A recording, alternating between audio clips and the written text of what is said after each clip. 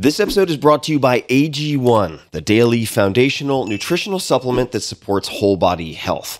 I view AG1 as comprehensive nutritional insurance, and that is nothing new. I actually recommended AG1 in my 2010 bestseller more than a decade ago, The 4-Hour Body, and I did not get paid to do so.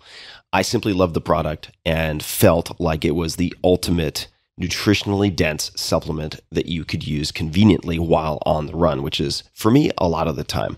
I have been using it a very, very long time indeed.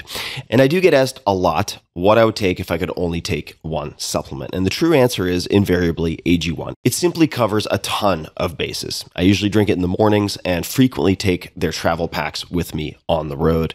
So what is AG1? What is this stuff? AG1 is a science-driven formulation of vitamins, probiotics, and whole food sourced nutrients. In a single scoop, AG1 gives you support for the brain, gut, and immune system. Since 2010, they have improved the formula 52 times in pursuit of making the best foundational nutrition supplement possible using rigorous standards and high-quality ingredients.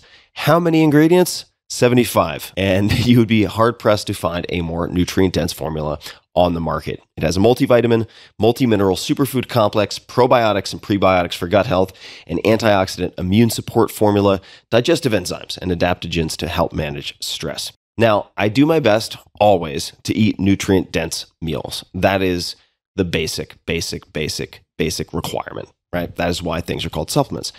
Of course, that's what I focus on, but it is not always possible. It is not always easy. So part of my routine is using AG1 daily. If I'm on the road, on the run, it just makes it easy to get a lot of nutrients at once and to sleep easy knowing that I am checking a lot of important boxes. So each morning, AG1. That's just like brushing my teeth, part of the routine. It's also NSF certified for sports, so professional athletes trust it to be safe. And each pouch of AG1 contains exactly what is on the label, does not contain harmful levels of microbes or heavy metals, and is free of 280 banned substances. It's the ultimate nutritional supplement in one easy scoop. So take ownership of your health and try AG1 today. You will get a free 1-year supply of vitamin D and 5 free AG1 travel packs with your first subscription purchase. So learn more, check it out. Go to drinkag1.com/Tim. That's drinkag1, the number 1, drinkag1.com/Tim. Last time, drinkag1.com/Tim. Check it out. This episode is brought to you by Helix Sleep. Helix Sleep is a premium mattress brand that provides tailored mattresses based on your sleep preferences. Their lineup includes 14 unique mattresses, including a collection of luxury models, a mattress for big and tall sleepers, that's not me, and even a mattress made specifically for kids. They have models with memory foam layers to provide optimal pressure relief if you sleep on your side, as I often do and did last night on one of their beds. Models with more responsive foam to cradle your body for essential support in stomach and back sleeping positions, and on and on. They have you covered. So how will you know which Helix mattress works best for you and your body? Take the Helix Sleep Quiz at helixsleep.com/Tim and find your perfect mattress in less than 2 minutes.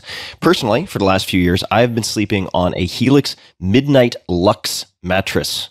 I also have one of those in the guest bedroom, and feedback from friends has always been fantastic. They frequently say it's the best night of sleep they've had in ages. It's something they comment on without any prompting from me whatsoever.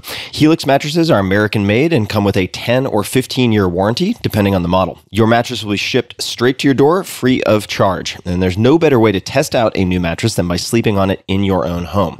That's why they offer a 100-night risk-free trial. If you decide it's not the best fit, you're welcome to return it for a full refund. Helix has been awarded #1 mattress by both GQ and Wired magazines. And now Helix has harnessed years of extensive mattress expertise to bring you a truly elevated sleep experience. Their newest collection of mattresses, called Helix Elite, includes 6 different mattress models, each tailored for specific sleep positions and firmness preferences, so you can get exactly what your body needs. Each Helix Elite mattress comes with an extra layer of foam for pressure relief and thousands of extra microcoils for best-in-class support and durability. Every Helix Elite mattress also comes with a 15-year manufacturer's warranty and the same 100-night trial as the rest of Helix's mattresses. And you, my dear listeners, can get between 25 and 30% off plus 2 free pillows on all mattress orders. So go to helixsleep.com/Tim to check it out. That's helixsleep.com/Tim. With Helix, better sleep starts now. Optimal minimalism. At this altitude, I can run flat out for a half mile before my hands start shaking. Can I answer your personal question? Now would seem an appropriate time. What if I did the opposite? I'm a cybernetic organism, living tissue over a metal endoskeleton. Ferriss Show.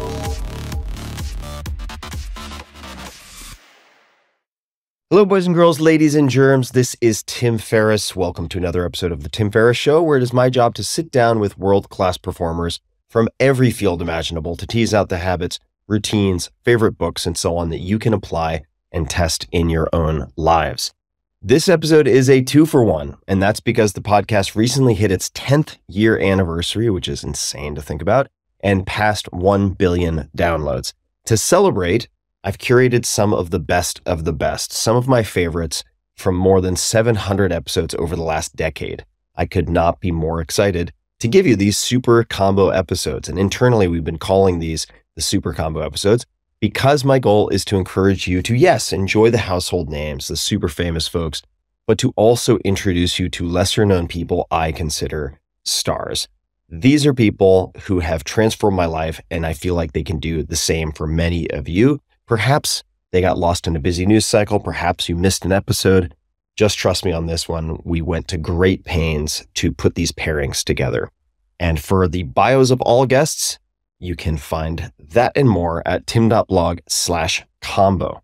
And now, without further ado, please enjoy and thank you for listening. First up, Derek Sivers, former musician, programmer, TED speaker, and circus clown, who sold his first company, CD Baby, for $22 million and gave all the money to charity, and author of books on philosophy and entrepreneurship, including How to Live, Hell Yeah or No, Anything You Want, and Useful Not True. You can find Derek on Twitter at Sivers. I was 18 years old, and all I wanted in my whole life was to be a professional musician. I mean, ideally a rock star, yeah, but if I was just making my living doing music, that was the goal. So I'm 18 years old, I'm living in Boston, I'm going to Berklee College of Music, and I'm in this band where the bass player one day in rehearsal says, "Hey man, my agent just offered me a gig that's like $75 to play at a pig show in Vermont." He rolls his eyes and he's like, "I'm not going to do it. Do you want the gig?" I'm like, fuck yeah, a paying gig? Oh my God, yes. So I took the gig to go up to Burlington, Vermont, and I think it was like a $58 round trip bus ticket. And I get to this pig show in Vermont, I strap my acoustic guitar on, and I walk around a pig show playing music. And did that for like 3 hours, got on the bus home, and the next day, the booking agent called me up and said, "Hey, so yeah, you did a really good job at the pig show. We got good reports there. Wondering if you can come play at an art opening in Western Massachusetts. I'll pay you $75 again." Yeah, sure. So same thing. I took, like a $60 bus out to Western Massachusetts, got $75 for playing at an art opening. And the agent was there and he was impressed. And so he said, "Hey, look, I've got this circus and the previous musician just quit. So we really need somebody new. And I really like what you're doing. So there's about 3 gigs a week. I can pay you $75 a gig. They're usually Friday, Saturday, Sunday. Do you want the gig?" I said, "Hell yeah. I'm a professional musician now. This is amazing." So I said yes to everything, which is going to come up later, with the hell yeah or no thing, that I think it's really smart to switch strategies. But when you're earlier in your career, I think the best strategy is you just say yes to everything, every piddly little gig. You just never know what are the lottery tickets. So this one ended up being a real lottery ticket for me. Because as soon as I joined the circus, again, I'm 18, I had no stage experience. And after a few gigs, they said, "Hey, so the previous musician used to go out and open the show with this big theme song and get everybody up and dancing. Could you do that?" And I said, "Yeah, sure."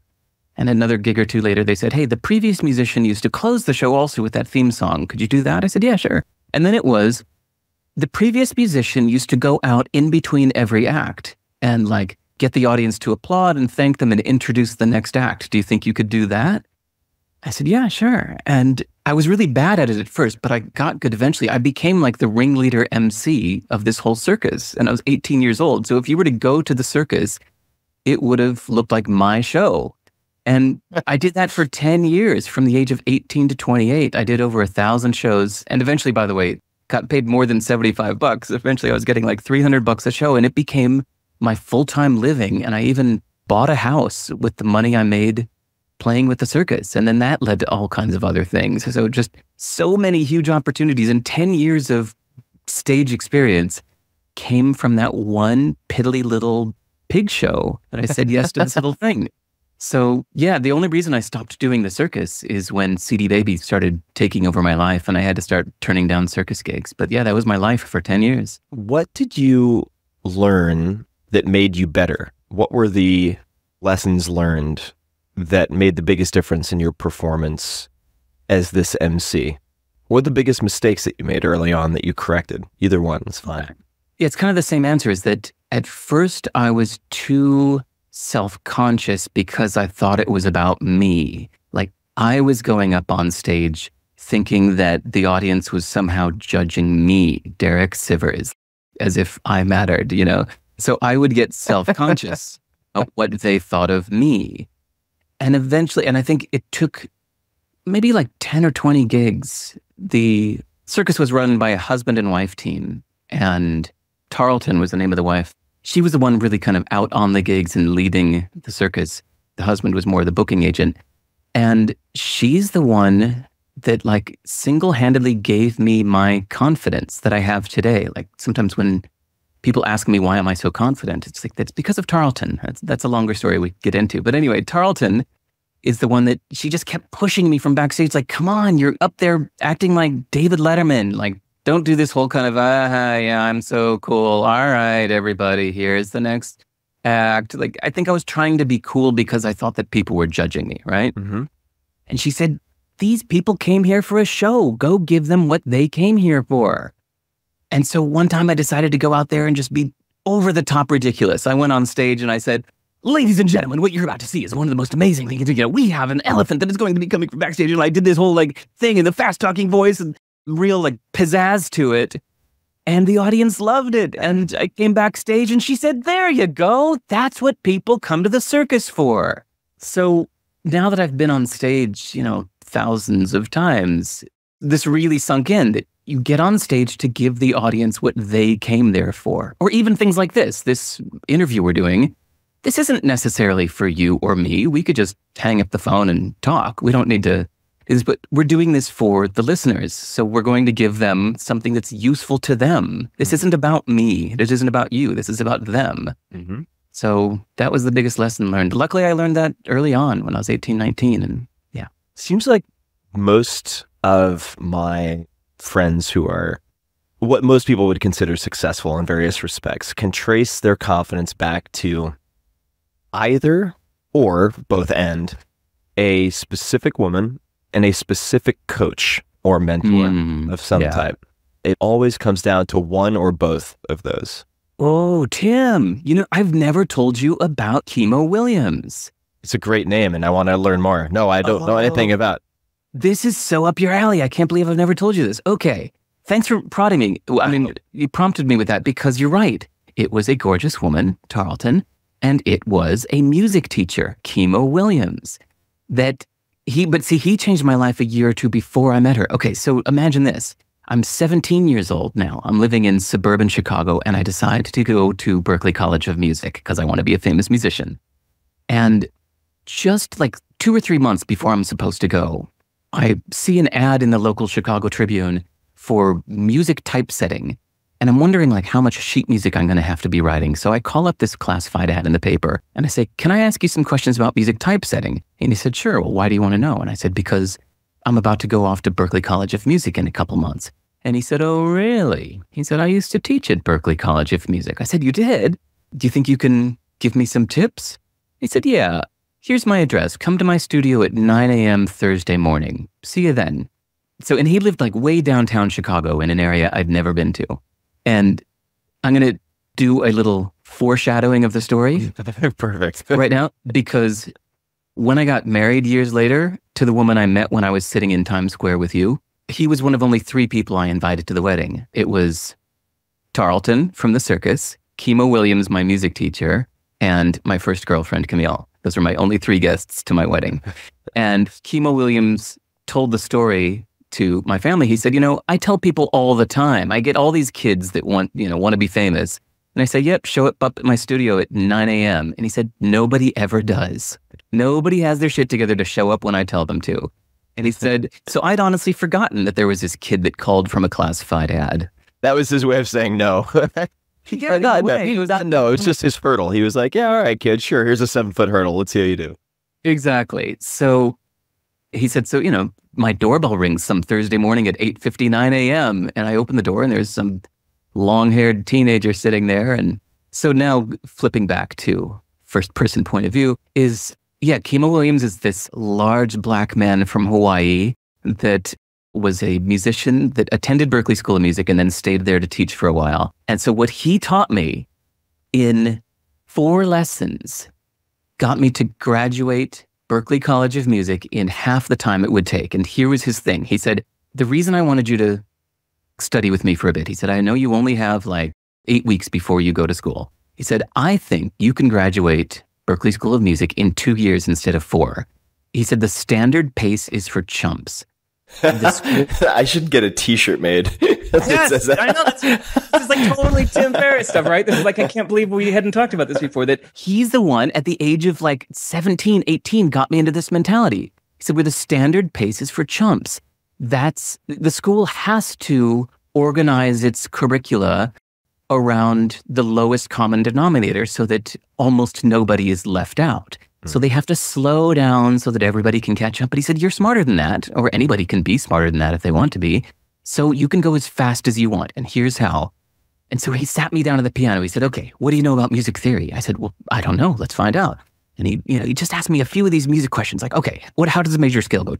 Right? Okay, show me the tritone. Do you know what a tritone is? Okay, play me a tritone in the C major scale. I'm like, okay, B and F. He said, okay, how can you take that and what other chord can you make from B and F? He said, okay, that's called the substitute chord. Now, what is a resolution? We realized, and he was just like, boom, boom, boom, at this kind of pace. He was doing all this music theory stuff with me. It was so intense. And I was like, I had all this adrenaline like a video game. I was like, this is amazing. Okay, keep going. I said, okay, do that and this. And that was like a 2-hour lesson that went at that kind of pace. And then he dumped a bunch of homework on me. He said, okay, now go home tonight and take this big book of jazz standards. Find me all the 2/5 substitutions or 2/5 closures. Now substitute chords for that and then come back next Thursday and we'll do this again. So we did that for like 4 Thursdays in a row. And sure enough, what he taught me in 4 2-hour sessions was basically like 2 years of Berklee College of Music. He compressed it into 4 lessons. Wow. So that when I showed up to my first day of Berklee, I tested out of the first few years, just thanks to him. And then he even taught me a strategy. He offhand mentioned, he said, I think they might still have a rule in place where those other required courses, that you have to take to graduate, he said, I think you could pretty much just buy the books for those and then contact the department head and just take the final exam to get credit. So I did that too. So when I got there, all those required classes like, Bach counterpoint classes, I wasn't so interested in it. So I bought the book, did all the homework, approached the department head, said, can I take the final exam for this? And he said, looked at me weird and said, okay. Took the final exam and got credit without ever having to attend the class. And yeah, that's how I graduated Berklee College of Music in 2 years.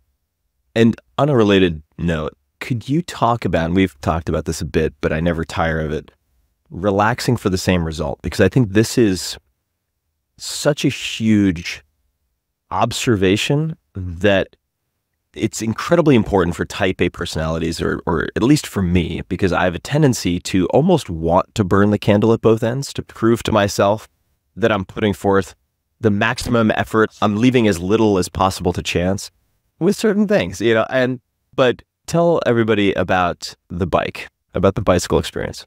Yeah, this was kind of profound.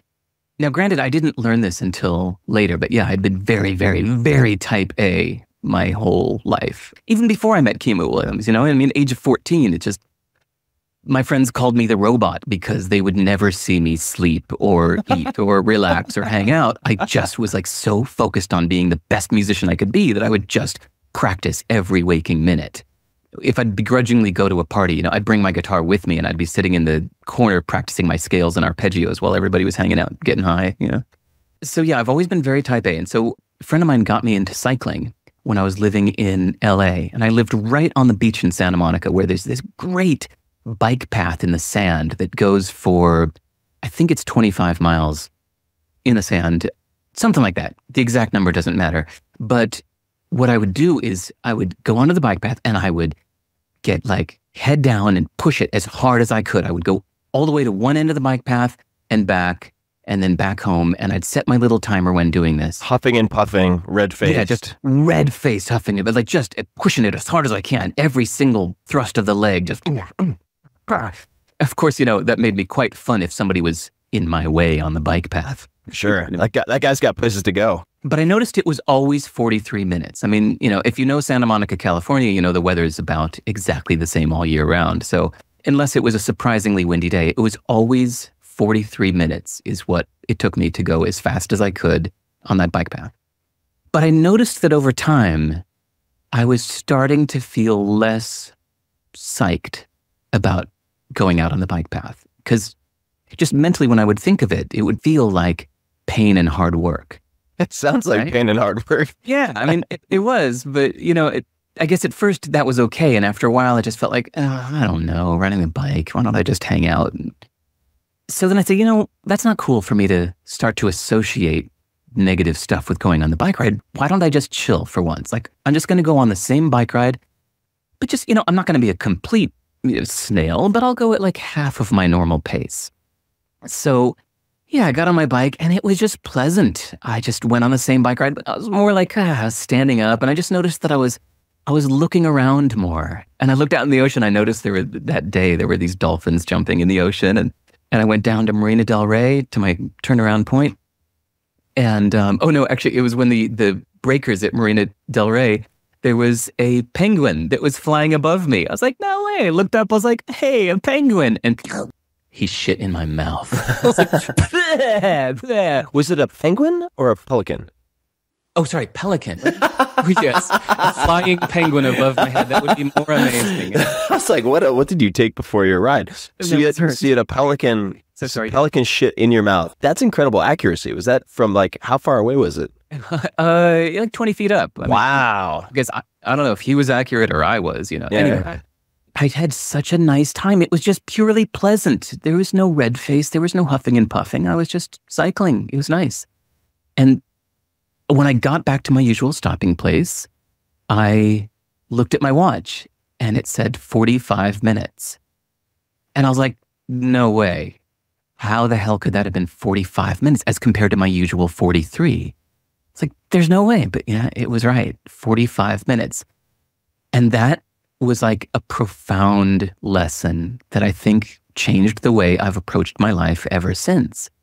It's because I realized that, I guess, you know, what percentage of that huffing and puffing then, we could do the math at whatever, what a 93 point something percent of my huffing and puffing and all that red face and all that stress was only for an extra 2 minutes. It was basically for nothing. I mean, you know, of course, we're not talking about me competing in something where the huffing and puffing might have been worth it. But for life, I think of all of this optimization and getting the maximum dollar out of everything and the maximum out of every second and the maximum out of every minute. And I think I just take this approach now of going like, or you could just take the lesson, take most of that lesson and apply it and be effective and be happy. But you don't need to stress about any of this stuff. And so honestly, that's been my approach ever since. I do things, but I stop before anything gets stressful. One of the essays that you're best known for is Hell Yeah or No. And this has been extremely important for me to consistently reread or listen to. How did it come about and what is the gist of that? There was a music conference in Australia that I had told my friend I would go with her to. It wasn't even like the conference themselves were really expecting me. It was my friend Ariel Hyatt is one of the best publicists I know, and she was speaking at that conference and asked if I would come with her as like a co-presenter in her mentor session or something. So I had said yes like 6 months before. Yeah, sure, Australia. I'm living in New York City. I'm like, yeah, sure. And then once it came close and it was like time to book the ticket, I was like, ugh, I don't really want to go to Australia right now. I'm busy with other stuff. And it was actually my friend, Amber Rubarth, who's a brilliant musician. I was on the phone with her and kind of lamenting about this. And she's the one that pointed out, she said, it sounds like, you know, from where you're at, your decision is not between yes and no. You need to figure out whether you're feeling like, fuck yeah, or no. And I said, yeah, that's really what it comes down to, right? Because the idea is, if you're feeling anything less than like, oh, hell yeah, I would love to do that. Oh my God, that would be amazing. If you're feeling anything less than that, then just say no. Because most of us say yes to too much stuff. And then we let these little mediocre things fill our lives. And so the problem is, when that occasional big, oh my God, hell yeah thing comes along, you don't have enough time to give it the attention that you should because you've said yes to too much other little half-ass kind of stuff, right? So once I started applying this, my life just opened up because it just meant I just said no, no, no, no, no to almost everything. But then when the occasional thing came up that I was really like, you know what? That would be awesome. Then suddenly I had all the time in the world. And, you know, people say this, I'm sure, you know, every time people contact you, every time people contact me, they say, you know, look, I know you must be incredibly busy. And I always think like, no, I'm not. because I'm in control of my time. I'm on top of it. Busy to me seems to imply like out of control. You know, like, oh my God, I'm so busy. I don't have any time for this shit. To me, that sounds like a person who's got no control of their life. Yeah, no control and unclear priorities. Yes, exactly. So you asked how it's applying in my life, that still just on the little tiny day-to-day level, even personal things. God, even people you meet, even, you know, as I'm dating, you have to do the hell yeah or no approach. Or people ask you to go to events, or God, even, you know, even people asking to do a phone call or anything. I think, you know, am I really excited about that? And, you know, almost every time the answer is no. So I say no to almost everything. And then, yeah, occasionally something will come up. Even a little surprise will be dropped in my lap, like this thing that happened just 2 months ago called the Now project, which we don't even really need to talk about. The details don't matter so much, but it was just something that popped up that seemed really interesting and people really wanted. And luckily, because I say no to almost everything, I had the time in my life to make it flourish. So for the last like 6 weeks, all I did full time, like 12 hours a day, was suddenly work on this brand new thing that showed up because I could, you know. So that's to me the lovely result of taking the hell yeah or no approach to life. So I am reading a section of this blog post that I wrote about you and the best email you ever wrote with the Japanese boxing specialist and so on. And one of the paragraphs that I put here, for those people interested, it's just the most successful email I ever wrote, but it's everywhere online. And it reads, stranger still, at its largest, Derek spent roughly 4 hours on CD Baby every 6 months. He had systematized everything to run without him. And feel free to correct that if it needs to be corrected. But assuming that's roughly true, what were some of the most important decisions or realizations that made that possible? I love the timing for when I read 4 Hour Workweek, because it was actually just after I had done this like complete delegation of everything, that it was feeling the pain from everything having to go through me. It was my business, right? 100%, no investors, no nothing. It was me. And so I hired people to help me. It was all me. So 4 years into it, it was growing. It was really taking off. I had, I don't know, 20 employees, but still almost everything went through me. And it made my day kind of miserable because I'm a real like introverted, focused kind of person. I love to just sit down for 12 hours and do one thing without distraction. You're an INTJ, Myers-Briggs? Yep. Yeah, Are you? So I'm 100% INTJ. Yeah. So I hated going to the office and being distracted every 5 minutes with my employees asking me questions. So that's what I just felt such pain about this. Like, I hate this. That I really, literally, man, I booked a flight to Kauai, I believe. And I was going to move to Kauai and not give my employees my phone number and literally move. I don't mean like take a vacation. I mean like I am now going to be running or I'm going to be the owner of CD Baby on a little island in Hawaii, and you guys just figure out your own damn problems. Because I was just having so much psychic pain about this. But then luckily, with lovely coincidence, that night that I booked the flight to Hawaii, I watched the movie Vanilla Sky. And in Vanilla Sky, Tom Cruise is like the owner of this big publishing company, but he gets all caught up with these crazy women and gets too overwhelmed with his life and focusing on his own happiness or unhappiness and all that. And pretty soon his company is just wrestled away from him. And I thought, oh, I don't want that to happen. Like, I don't want to just plug my ears, close my eyes, run away, and have my company taken away from me. I need to deal with my problems instead of running from them. So I canceled the trip to Hawaii and went into work the next day and decided to fix this thing. So then the next time somebody asked me a question, I gathered everybody around. I said, okay, everybody, Tracy just asked me, Derek, what do we do when a guy on the phone says he wants a refund? I said, okay, everybody stop working. Everybody gather around. Okay. Tracy asked what we do if somebody wants a refund. Here's not only what we do, but here's why. Here's my philosophy. Whenever anybody wants a refund, we should always give it to them. And I would just explain not just the what to do, but the why. It was constantly communicating the philosophy to get to the core of it. And I think you mentioned this back in 4-Hour Workweek. There's almost nothing that really has to be you. Like you can almost get kind of AI and figure out how your brain works, how your decision-making process works, and just teach it to other people so that other people can do it. And yeah, that's what I did for every single thing that ever came my way. I would gather everybody around, explain the philosophy behind it, why we do things this way, why I'm about to say what I'm about to say, and now here's what I think we should do. Do you understand why? Now please write it down. But it was also important that I taught it multiple people, not just one, and had them write it down. And then the cool thing is, I wasn't doing the hiring anymore at the company. I had taught other people how to do the hiring. So soon my employees were doing the hiring, and then they were teaching new people how to do this thing from the book. And so that really started 4 years into the company. It was 6 months of difficult work to really make myself unnecessary. But then my girlfriend at the time decided to go to film school in LA. So I decided to follow her down there. So I moved down to LA to be with her, which was a nice symbolic way to let the company know, like, you're on your own. I'm still the owner. And in fact, so there's one little caveat to the thing where you said that I was working on CD Baby for 4 hours a year or whatever you said. Yeah, 4 hours or 6 months. Is that's how much time I spent doing the stuff I didn't want to be doing, right? The monotony, the bureaucracy stuff. That I had reduced down to almost nothing, like a few minutes a week.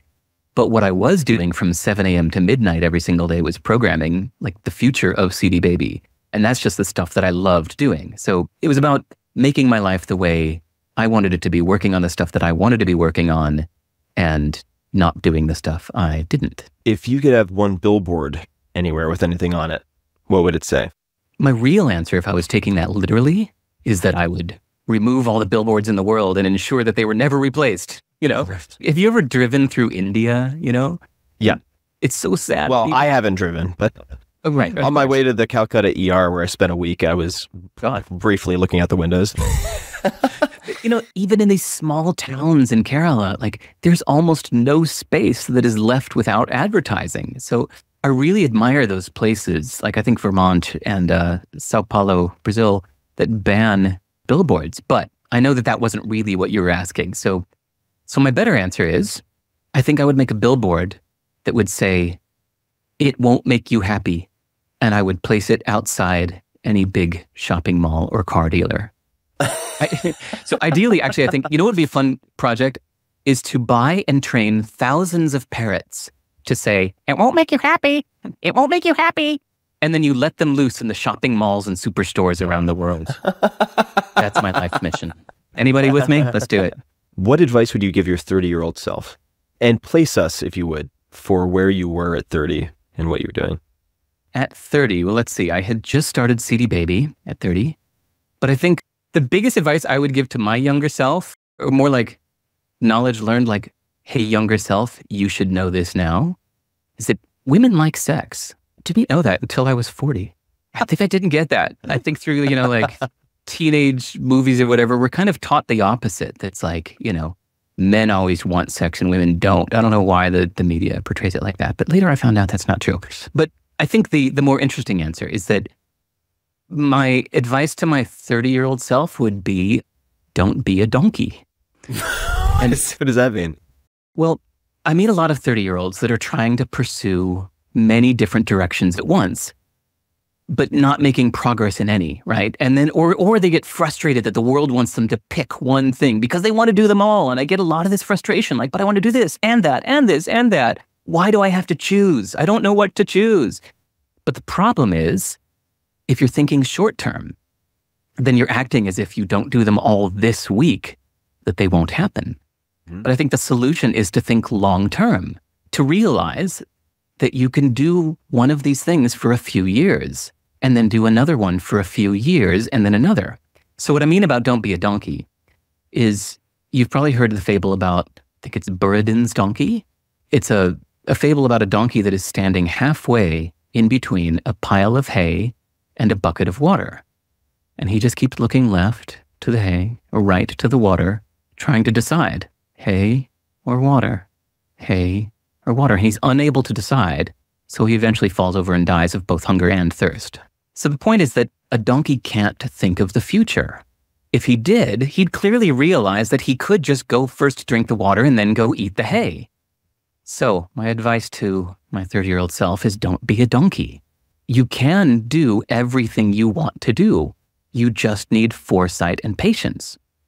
Right? So say, like, for somebody listening, if you're 30 years old now, and say you have like 5 different things you want to pursue, well, then you can do each one of those for 10 years. And you'll have them all done by the time you're 80. You're probably going to live to be 80. So it's ridiculous it sounds ridiculous to plan to the age of 80 when you're 30, right? But it's a fact that it's probably coming, so you might as well take advantage of it. It's like, use the future. That way you can fully focus on one direction at a time without feeling conflicted or distracted, because you know that you'll get to the others in the future.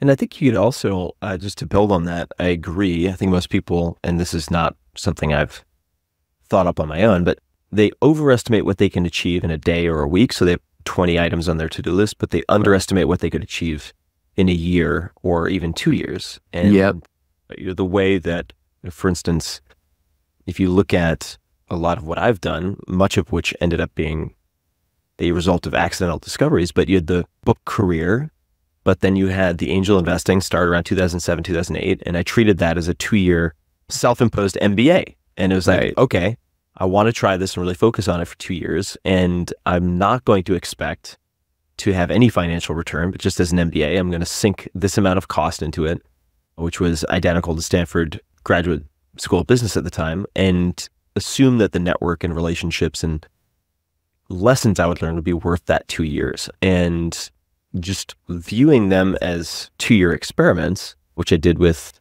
the TV also, which did not turn out as ideally as I would have liked, although I'm very proud of, the Tim Ferriss experiment. Podcast, same thing, right? It wasn't a 3-year commitment, but it was also not a 1 day or 1 week commitment. It was like, okay, I'm going to do this for at least 6 episodes. Maybe it takes me 6 months, and then I'll correct course at that point.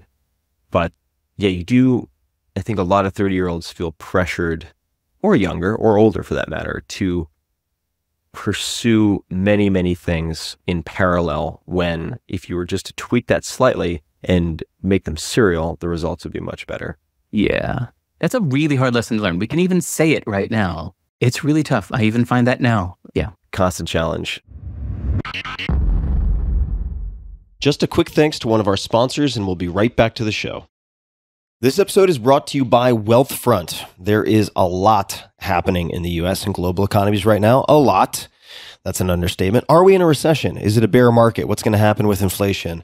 So many questions, so few answers. I can't tell the future. Nobody can. But I can tell you about a great place to earn more on your savings and that's Wealthfront. Wealthfront is an app that helps you save and invest your money. And right now you can earn 5% APY, that's the annual percentage yield, with the Wealthfront cash account. That's more than 10 times more interest than if you left your money in a savings account at the average bank, according to FDIC.gov. So why wait? Earn 5% on your cash today. Plus, it's up to $8 million in FDIC insurance through partner banks. And when you open an account today, you'll get an extra $50 bonus with a deposit of $500 or more. There are already nearly 500,000 people using Wealthfront to save more, earn more, and build long-term wealth. So why wait? Visit wealthfront.com/Tim to get started. That's wealthfront.com/Tim. This was a paid endorsement by Wealthfront. And now, Kevin Kelly, founding executive editor of Wired magazine, former editor and publisher of The Whole Earth Review, and best-selling author of books on technology and culture, including Excellent Advice for Living, The Inevitable, What Technology Wants, and Vanishing Asia, his 3-volume photo book set capturing West, Central, and East Asia. You can find Kevin on Twitter and Instagram at Kevin, 2, Kelly, and on his website, kk.org. Kevin, thank you so much for being on the show. It's my honor. And I am endlessly fascinated by all of the varied projects that you constantly have going on. But that leads me to the first question, which is when you meet someone who is not familiar with your background and they ask you the age-old, what do you do question, how do you even begin to answer that? What is your stock answer to that? These days, my stock answer is that I package ideas into books and magazines and websites. And I make ideas interesting and pretty.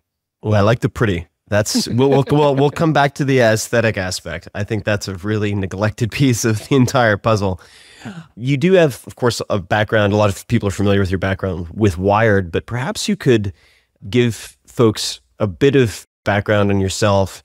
And is it true that you dropped out of college after 1 year? Yeah, I'm a college dropout, and actually my one regret in life is that 1 year that I gave. Oh, no kidding. No kidding. Yeah, I wish I had just even skipped that. But I do understand how college can be useful to people, but for me, it was just not the right thing. And I went to Asia instead. And I like to tell myself that I gave my own self a PhD in East Asian studies by traveling around and photographing very remote parts of Asia at a time when it was in the transition from the ancient world to the modern world. And I did many other things as well. And for me, it was a very formative time because I did enough things that when I finally got my first real job at the age of 35. Wow. Which job was that? I worked for a nonprofit at $10 an hour, which was the Whole Earth Catalog. Which had been kind of a lifelong dream. If I'm going to have a job, that's the job I want. It took me a long time to kind of get it. But in between that, I did many things, including starting businesses and selling businesses and doing other kinds of things, more adventures. And I highly recommend it. You know, I got involved in starting Wired and running Wired for a while, and I hired a lot of people who were coming right out of college. They were interns. And they would do the intern thing, and then they were good, and we would hire them, which meant that basically, after 10 years, whatever it was, this was their first and only job. And I kept telling them, why are you here? What are you doing? You should be fooling around, wasting time, trying something crazy. Why are you working a real job? I don't understand it. And I really recommend Slack. I'm a big believer in this thing of kind of doing something that's not productive. Productive is for your Middle Ages.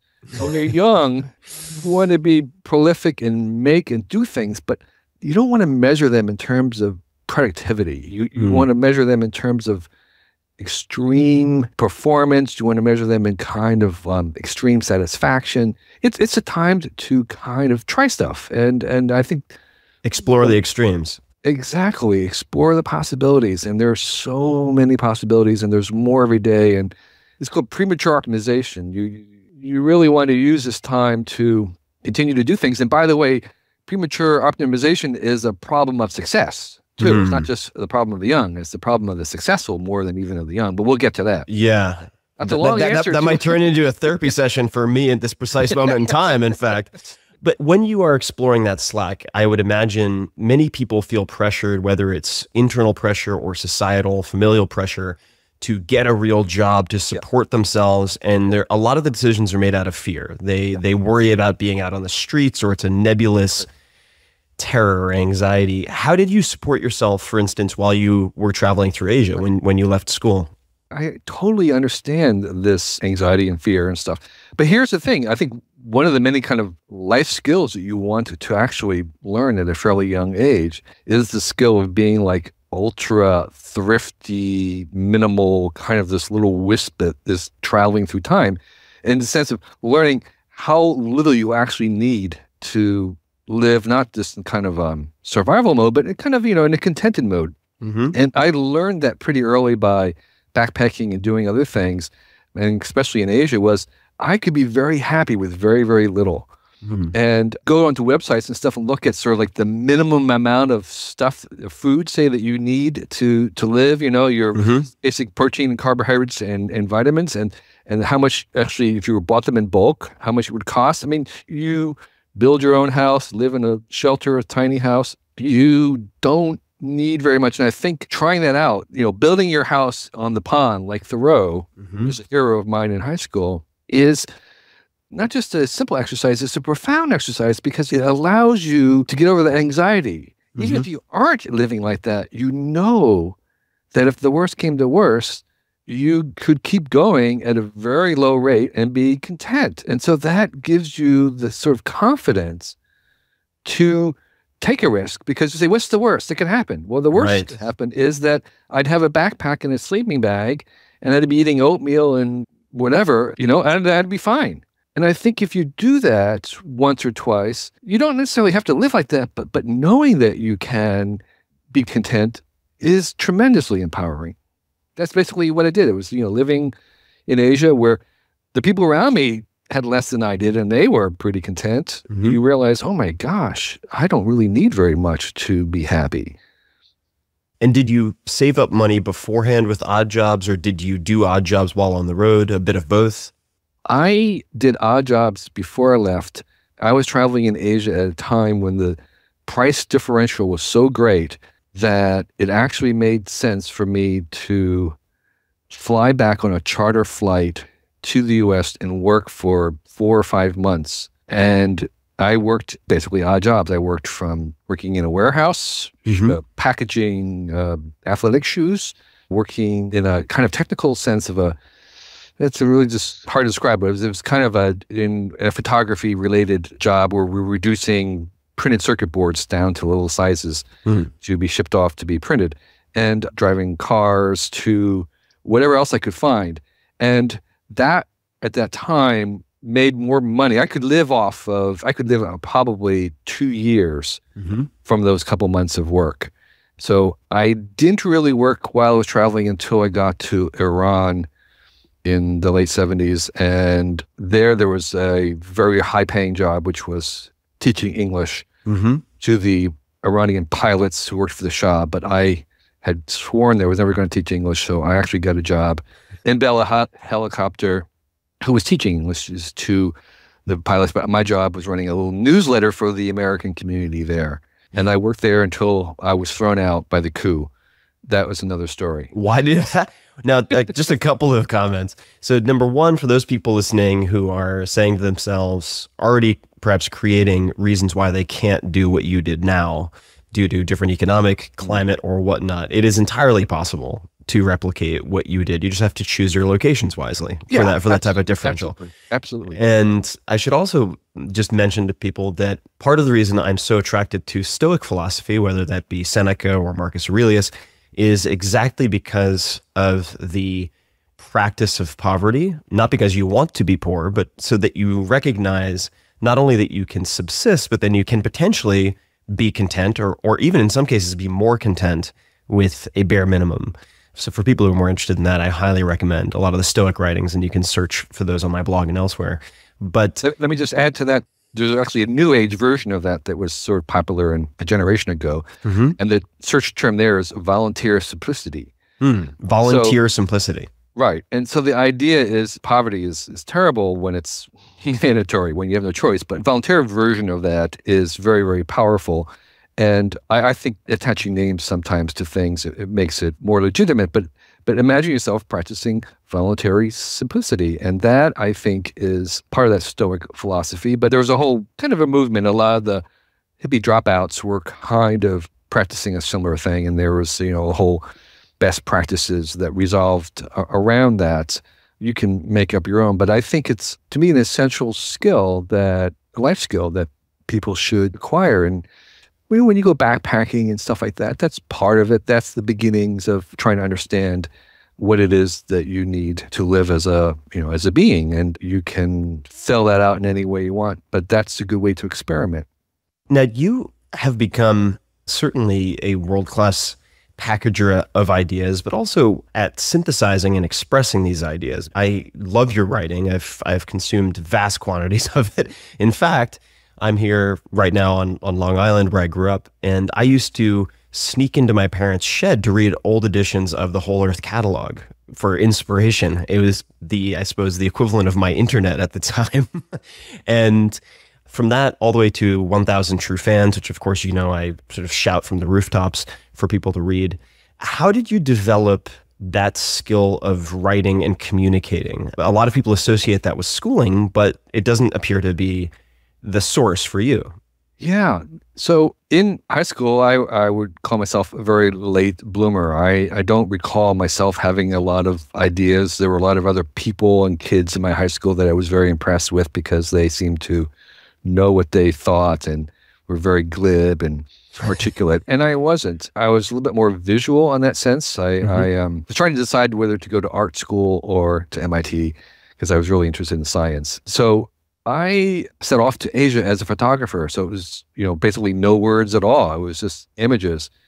And as I was traveling and seeing these amazing things, again, I want to emphasize that this was sort of for me, I grew up in New Jersey. I never left New Jersey. We never took vacations.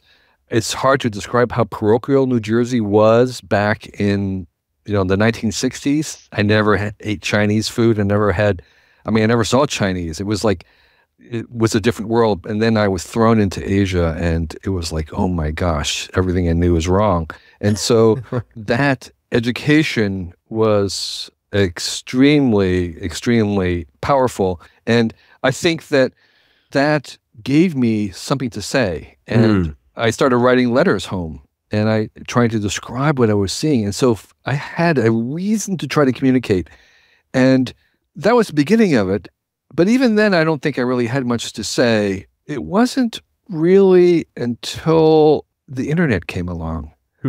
And I had a chance to go onto one of the first online communities in the early 80s. And for some reason... The early 80s, that is definitely it was early days. Yeah, in 1981.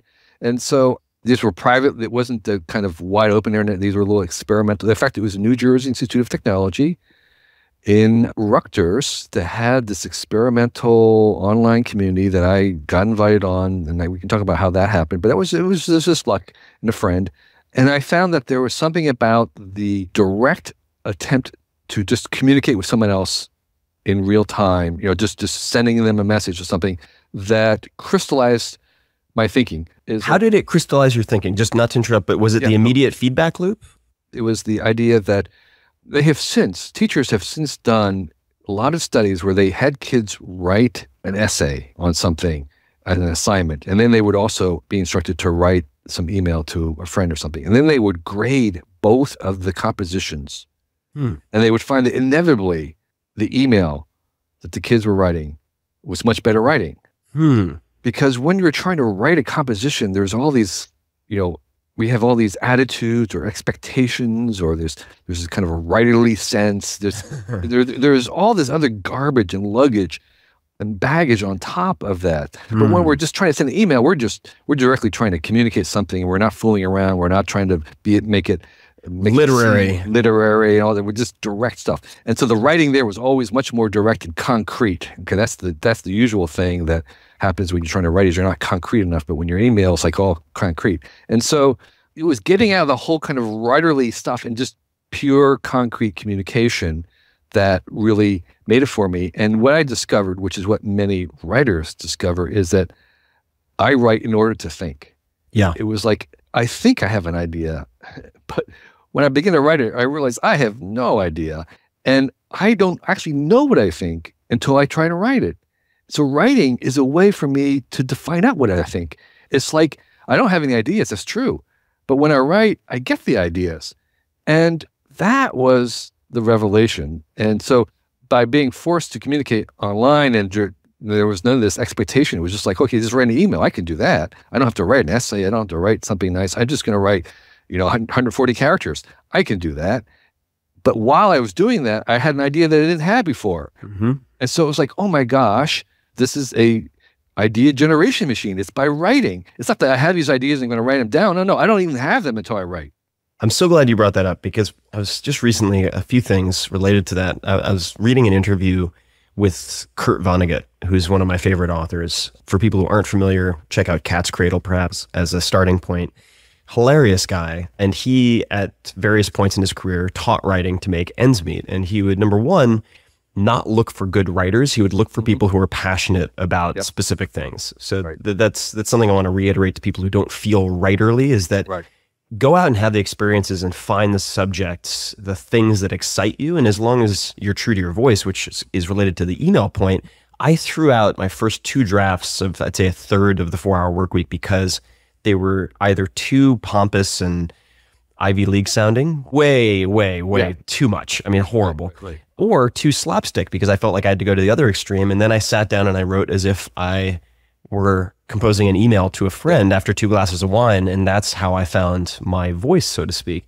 As a side note, why, and I think this might be related, but why did you promise yourself not to teach English? I'm so curious because that can be very lucrative. It's readily available.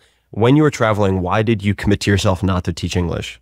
Yeah, it's a good question because there's lots of opportunities all around the world. And by the way, I recommend it as a way for people to travel cheaply if you want to support yourself, because it is a very desirable skill, we call it, for the moment. I think the reason why was I felt that I didn't feel like I was a very good teacher. And I also felt that it was maybe a little easy. But I think the main reason was that I was having trouble imagining myself enjoying it, and I just felt that I would rather try to find something else. Now, I think I did one time in Taiwan, which, as you know, has a whole cram school system.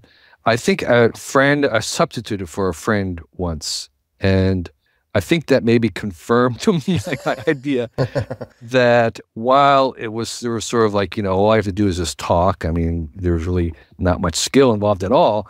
It was fun, but I didn't feel like I was, I don't know, I didn't feel like I was maybe adding value or something. So I came away thinking, I guess I could do this for money, but I'm not going to be happy. I think it's just the personality thing. I don't think of myself as a teacher. I don't do many workshops or classes. So I think a different person might thoroughly enjoy it, and I know they do, and they have a great time doing it. For me, it was just not for me.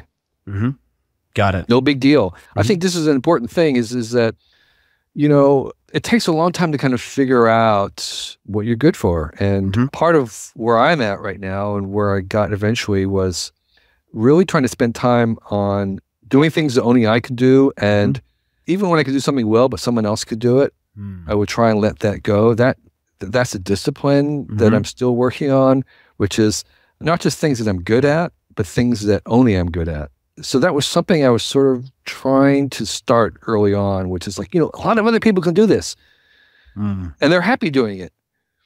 So I don't want to go somewhere where it requires more of me to do it, and then I'll be happier and they'll be happier. I am currently having, and I seem to have these periodically, a crisis of meaning phase. And I'm wrestling with this exact issue, trying to figure out what to abandon, what to say no to refine my focus so I can really focus on the intersection of my unique capability or capabilities, whatever that is, and a need of some type. How did you figure that out? And maybe we could approach it from a different direction. What do you feel is your skill set or your unique skill? And how did you figure that out? Well, let me tell you the story of how this realization actually came to me in a very concrete way, was while I was editing Wired magazine. And so part of what Wired magazine is about is that we would come up with ideas and make assignments to writers. Now, some of the articles in Wired would come from the writers themselves. They would approach us and say, I have an idea. But a lot of the articles would be assigned from editors. We'd have editorial meetings where we kind of imagine this great article, and then we'd go and try and find someone to write it. And in that conversation of trying to persuade writers to write an idea that I had, they would go through a kind of a very typical sequence where, I would have this great idea. Oh, this is a great idea. And then I would try to persuade like one writer, two writers, three writers, and they just, they didn't think it was a very good idea. They didn't like it. They didn't want to do it, whatever it was. And then I'd kind of forget about it. But then 6 months later, it would come back and say, that was such a great idea. I really think we should do that. And then I would go again for another round of trying to persuade people. And then I get no takers. And then I kind of, forget about that. It must have been a bad idea. But then 6 months later or a year later, it might come back and, that's still a great idea. Nobody has done that. And then I would realize, oh my gosh, I need to do that. It's like I'm the only one who can see this. I've tried to give it away. I have tried really hard to give it away. I've tried to kill it. It just keeps on coming back. Coming back. And it's like, okay. And then I would do it and that would be one of my best pieces. And so it was this idea of so I became really an important proponent of trying to give things away first. Tell everybody what you're doing. Basically, you try to give these ideas away, and people are happy because they love great ideas. And yeah, do it. It's a great idea. You should do it. And so I try to give everything away first, and then I try to kill everything. It's like, no, that's a bad idea.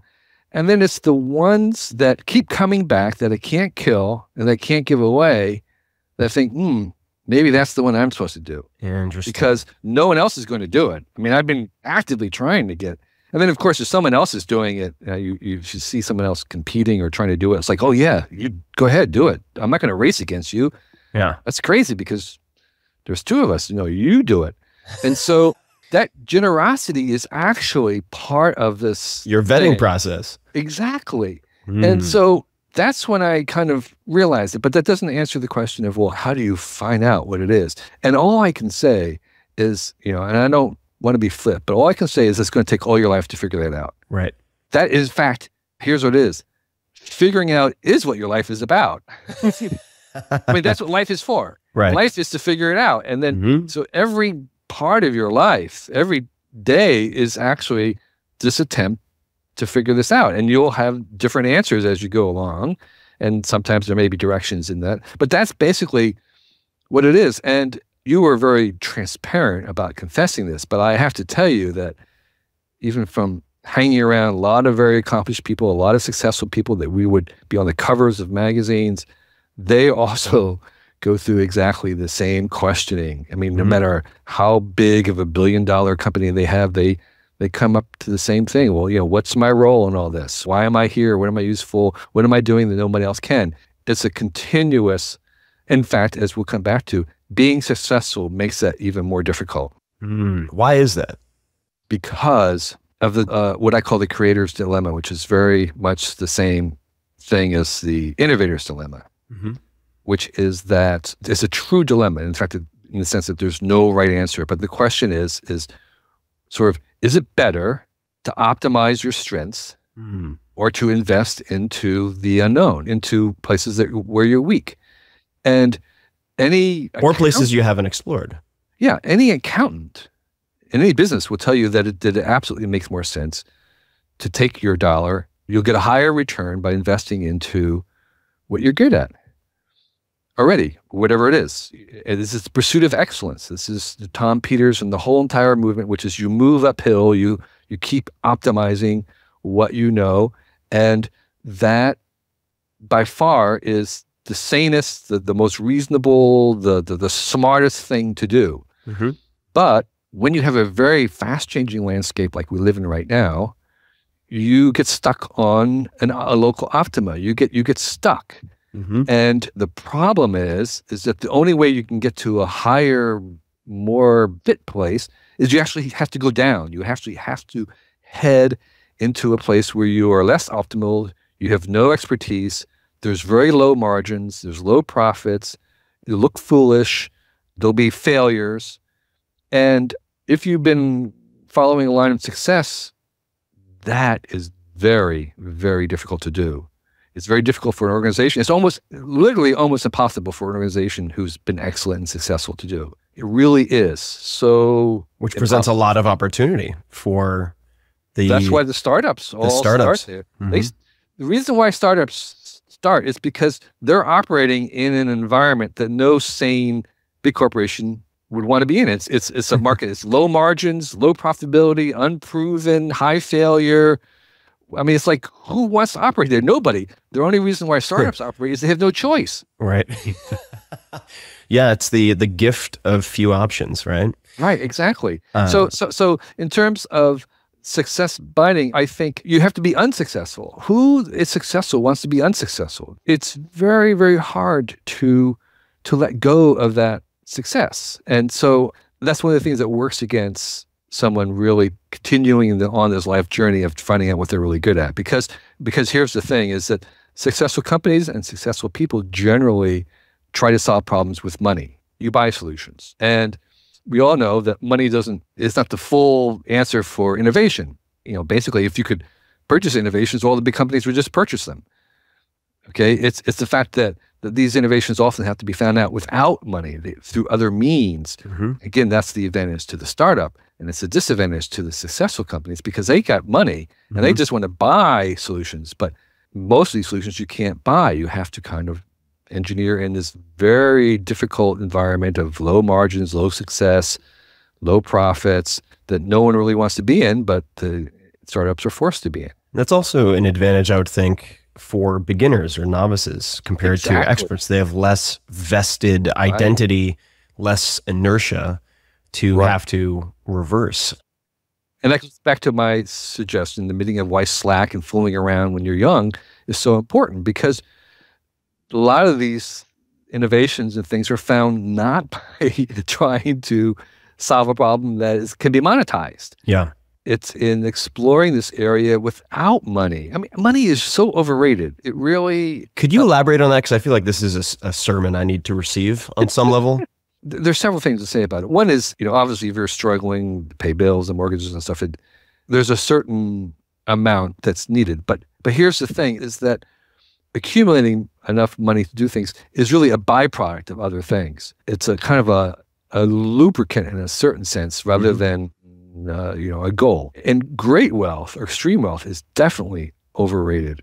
I've had meals with a dozen billionaires, and they're no different. I mean, their lifestyles are no different. You don't want to have $1 billion. Let me put it that way. You really don't. There's nothing that you can really do with it that you can't do with a lot of less money. We'll set that aside. But even just wealth itself in this world where there is more and more abundance, even the money for, say, middle class is less significant in a certain sense, in the sense that maybe there's status, which is really not needed, but the things that you want to do, the things that will make you content, the things that will satisfy you, the things that will bring you meaning can usually got better than having money. I mean, if you have a lot of time or a lot of money, it's always better to have a lot of time to do something. And so if you have a choice between having a lot of friends or a lot of money, you definitely want to have a lot of friends. And so I think there's a way, even in which technological progress that we're having is actually diminishing the role of money. And I want to be clear that I'm talking about money beyond the amount that you need to survive. But even that reflects back what we were saying earlier, which is probably less than you think it is to survive. And so in a certain sense, most people see money as a means to get these other things, but there are other routes to these other things that are deeper and more constant and more durable and more powerful. So money is this sort of very small one-dimensional thing that if you kind of focus on that, it kind of comes and goes. And if you, whatever it is that you're trying to attain, you go to it more directly through other means, you'll probably wind up with a more powerful experience or whatever it is that you're after. And it'll be deeper, more renewable than coming at it with money. And so, travel is one of the great examples, which is, many, many people who are working very hard trying to save their money to retire someday to travel.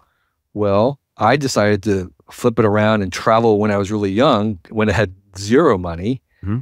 And, I had experiences that basically even $1 billion couldn't have bought. Right. $1 billion. And it's not an uncommon sight, let me tell you, for young kind of travelers who have very little money to be hanging out doing something, and then there will be some very wealthy people on their 1-week organized tour looking at these young travelers just saying, I wish I had more time. Yeah, you see it I see it almost every time I go traveling. And it reminds me of conversations I've had with Rolf Potts and also his book Vagabonding, which I just absolutely love. And it was that book and Walden that I took with me traveling when I had my own 2-year or so walkabout. And he points out in the beginning of Vagabonding that many people subscribe to the belief along the lines of Charlie Sheen's in the movie Wall Street, when he's asked what he's going to do when he makes his millions, and he says, I'm going to get a motorcycle and ride across China. And Rolf, of course, points out that you could clean toilets in the U.S. and save enough money to ride a motorcycle across China. Exactly. And let me ask you, this is maybe tangentially related, but you mentioned earlier that your middle ages maybe sounds odd, but in your middle age, that's when you optimize. And I find that horrifying on some level because I am so tired. I just turned 37 last week, and I'm really tired of certain types of optimizing and the incremental slogging of making trains run slightly more efficiently on time. Even though, like you said, from a strictly financial standpoint, the advice that I would receive from many people and have received when I've asked for advice is, here are 1 or 2 core areas you should focus on to optimize for income. And on the flip side, I'm tempted to approach a kind of not scorched earth, but burned bridges approach where I somehow use creative destruction to force me into another direction to have these new experiences that I crave so much. Yeah. And you, just for people who aren't aware, I remember going to the first ever Quantified Self meetup. You're part of the Long Now Foundation. You've experimented in so many different arenas and have looked so far into the future and thought on such grand a scale. I aspire to do more of that. What would be your advice to someone? And I know I have dozens of friends in this same position. They're, say, in their early or mid-30s in my particular peer group, and they want to explore, but they're feeling pressured to optimize this thing that they've suddenly found their footing with, whatever it is. Maybe they're a venture capitalist, maybe they're in a startup, they feel they should start a new startup, and they want to step out of that slipstream. What would be your advice to those people? First of all, I have to commend your honesty for this, and I will repeat that it is very, very difficult to do. I mean, I think that realization comes to people in middle age, and they realize, oh my gosh, I'm kind of there's a little bit of a routine here, and I'm not really happy with that. I think that kind of scorched earth, or kind of like, we'll just set fire to it and we'll walk away. I think we probably have a mutual friend. I won't use his name because I don't know how public this is, but one of his solutions was the most radical one I've ever heard. To force himself was that he gave up U.S. citizenship. Oh, wow. That'll do it. It was like, he was like saying, I just feel so, and I was like, oh my gosh, that is so radical. And he was telling me about what is involved in that. And it wasn't for tax purposes, because actually before you can do it, the U.S. actually requires that you square up on all taxes. Right. It was like, but that was so radical. And I don't recommend that. I mean, he's doing fine, but I'm just saying that's unnecessary. But I think the advice is, I'm probably taking a page from yourself. I don't think it's necessary to, I think you can experiment your way through this. I mean, you can do this incrementally. You can take small steps and do something and then evaluate it, test how it's going, whether you're getting what you want out of it, whether it's working, and then you continue in that direction. And that's sort of the pattern of people who kind of, have second careers or reinvent themselves. You hear that a lot. And you can do that in a disciplined Tim Ferriss way. I don't think that it requires you to kind of walk out and leave a burning pile behind. I think it's something that you're going to, I'm a big believer in doing things deliberately. And I think that you begin by looking at those areas that you get satisfaction out of, and those areas where I often find that people kind of retreat back to kind of the things that they did as kids and really, really miss, whether it's art or other things. And the truth is that you're not really going to be able to escape all the other things you have going. And that's a good thing, because that is part of you and part of what you do well. So you'll probably just bend in a certain direction. And I think the one bit of advice is that you can't, it's not going to happen overnight. It's going to be, it took you 37 years to get where you are. It may take you another 30 years to get where you want to go. And I don't think you should feel impatient. Maybe that's the word I'm saying, is that I don't think you should imagine that you'll have another hat on with a new label, next year. Just to maybe redirect that, and this may or may not be accurate, but in the process of researching for this conversation, which is sort of an odd exercise in and of itself, given how much time we've spent together, but I came across in Wikipedia mention of your experience in Jerusalem and deciding to live as though you only had 6 months left. And I want to touch on that, but one of the questions that came to my mind when I turned 37 last week is, if I knew I were going to die at age 40, what would I do to have the greatest impact on the greatest number of people? And so I find that constraint helpful, and I worry that if I aim at not being impatient in that way, that I won't, because I could get hit by a bus, that I won't do what I'm capable of doing. Maybe you could talk about, and I had no idea, I'm not sure if you would self-describe yourself as a devout Christian, but that's certainly written here. Maybe you could talk a little bit about that experience. Yeah, one thing I would, of course, warn people is that not everything on Wikipedia is correct. No, that's why I'm bringing it up. Right. but it's true that I got this assignment in Jerusalem, which, by the way, if you want to hear the full version of it, listen to one of the very first This American Lives, which on Ira Glass, and I told the story for the very first time. And it's a story about how I got this assignment to live as if I was going to die in 6 months, even though I was like perfectly healthy, and I knew that it was very improbable, but I decided to take the assignment seriously, and that's what I did. And my answer kind of surprised me, because I thought that I would kind of have this sort of mad, high-risk fling, do all these things. But actually what I wanted to do was to visit my brothers and sisters, go back to my parents, help out with them. My mom was not well at the time. But that lasted for 3 months before I decided I need to do something big. So I actually rode my bicycle across the U.S. from San Francisco to New York, where I was going, New Jersey, where I was going to basically die. And I kept a journal of that. And that question was something that I keep asking myself now. I actually have a countdown clock that Matt Groening at Futurama was inspired, and they did a little episode of Futurama about. And what I did was I took the actuarial tables for the estimated age of my death for someone born when I was born, and I worked back the number of days. And I have that showing on my computer, how many days. And I tell you, nothing concentrates your time like knowing how many days you have left. Now, of course, I'm likely again to live more than that. I'm in good health, etc.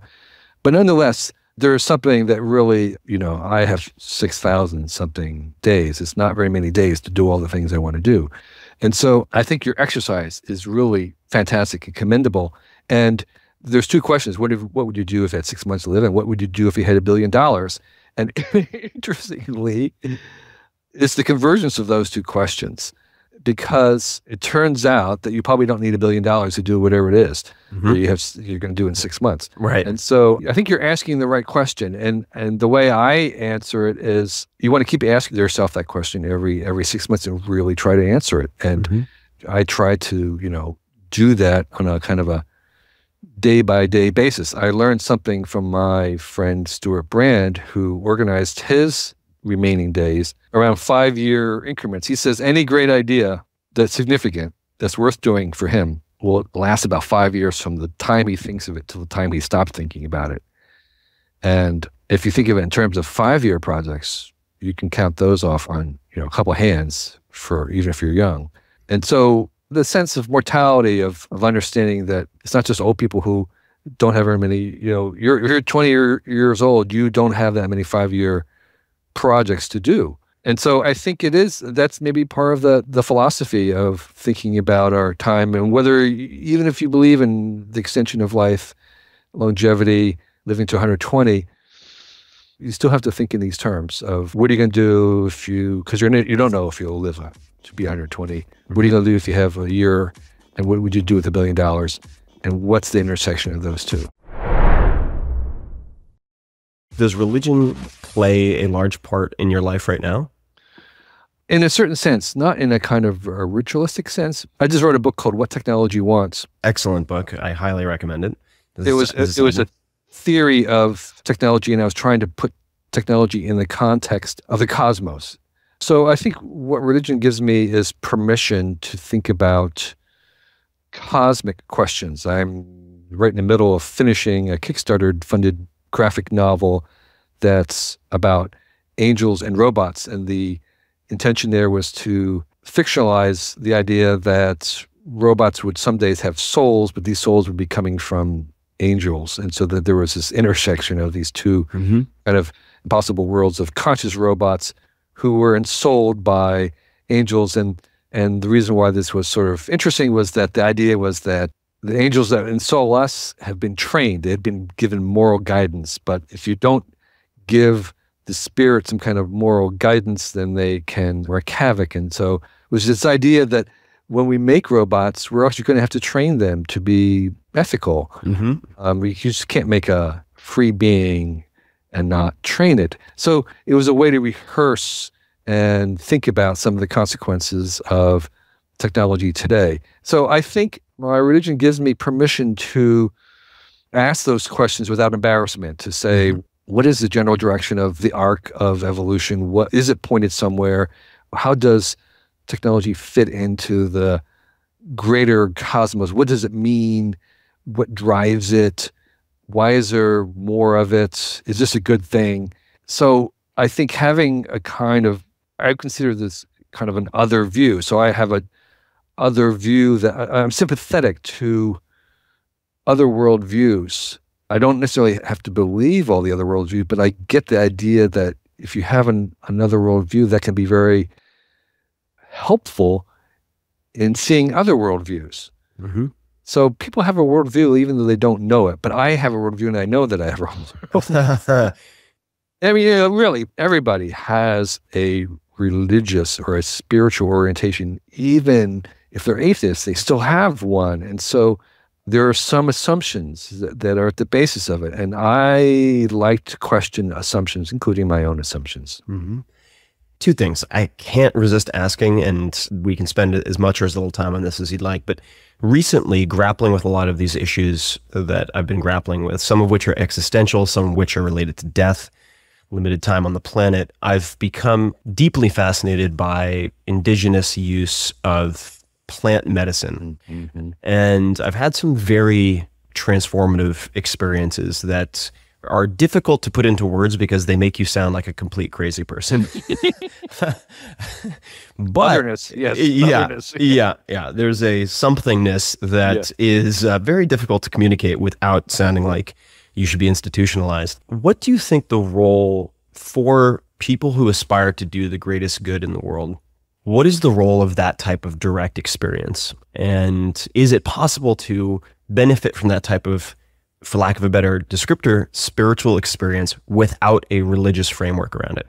No, it's a really good question. So my little personal story there, of course, is I was basically a hippie. I worked for the hippie catalog, the Horth catalog, which was about hippies living in San Francisco. And all my friends were drug-taking hippies, but I, for some reason, never did. I just had no appetite or inclination at all for ever taking any drugs or smoking pot or anything. And when I was 50 years old, I decided that I would like to take LSD sacramentally on my 50th birthday. And I did.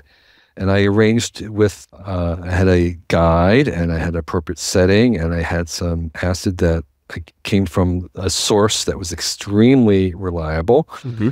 And it was a sacrament, and it was a very profound sacrament. And I think, yeah, you can use drugs recreationally and for entertainment, and I think that can go somewhere. But I think there's another powerful use for it, which is kind of what you're talking about, which right. is to elevate one outside of yourself, to lose yourself, to be in contact with other things beyond your ego. And I think it can be done. And I think, unfortunately, because of the illegal status that we've had for a long time, the rituals and the practice around that have not had a chance to be developed or communicated. Actually trying to find this information was extremely hard. Right. There is one book that I did find eventually from a guy who was doing LSD experiments while they were still legal, mm-hmm.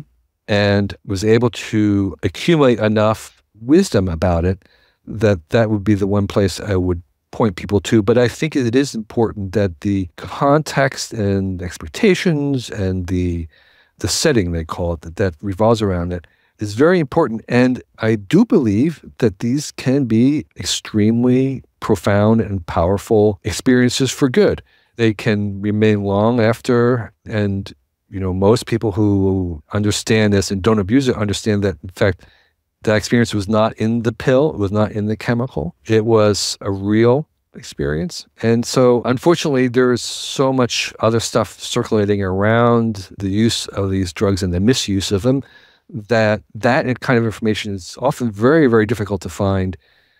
But I do think maybe we're seeing a moment now in the US where the second prohibition is being undone, and at least pot will become legal, and maybe we can return to revitalizing the traditions and the necessary settings around that, and expectation that not just pot or LSD, but even other synthetic drugs can be extremely powerful in removing the ordinary guards that we have. I mean, we have an ego on purpose. We have all these things to keep us, sane in a day-to-day functional exactly standpoint. Yeah, right. And so if you remove it completely, you can become dysfunctional. But if you remove it deliberately and with great care, you can be opened up. I think there's an expertise there. I think there's a lot of other things that if we have the freedom and the wisdom to not abuse it, I think it can be extremely powerful. Do you recall the title of the book or how people might search for it? Yes.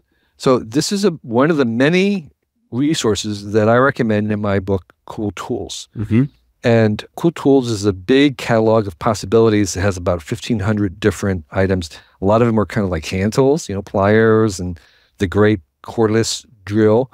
But it's much broader than that. And I include things like, what if you wanted to have a psychedelic experience that was transformative? What do you do? And I would recommend this book. Or I mean, there's lots of other things in it. But I don't actually have the book right in front of me. I should. I think it's called, I don't remember. It's okay. I will. In the show notes, we will list it as the right one.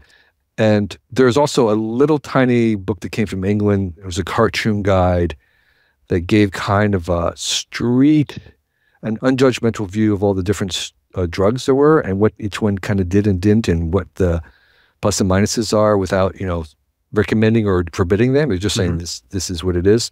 That information also, believe it or not, is really in short supply. It's like, what do you do with this and how does it work? And tell me the facts. I don't need to hear a lecture either way, like, well, this is great or this is terrible, but just tell me what's going on. As you know, I mean, that kind of information sometimes is extremely in short supply. It's very difficult to find information that isn't politicized, inaccurate, or, like you said, so shrouded in either fear or irrational optimism that it's almost intelligible and certainly generally useless. We'll put those books in the show notes for people.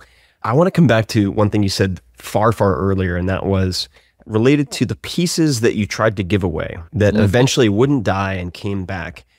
Were there any common threads, any patterns in those pieces that you can pick out as being sort of a uniquely Kevin Kelly theme, if for lack of a better term? Yeah.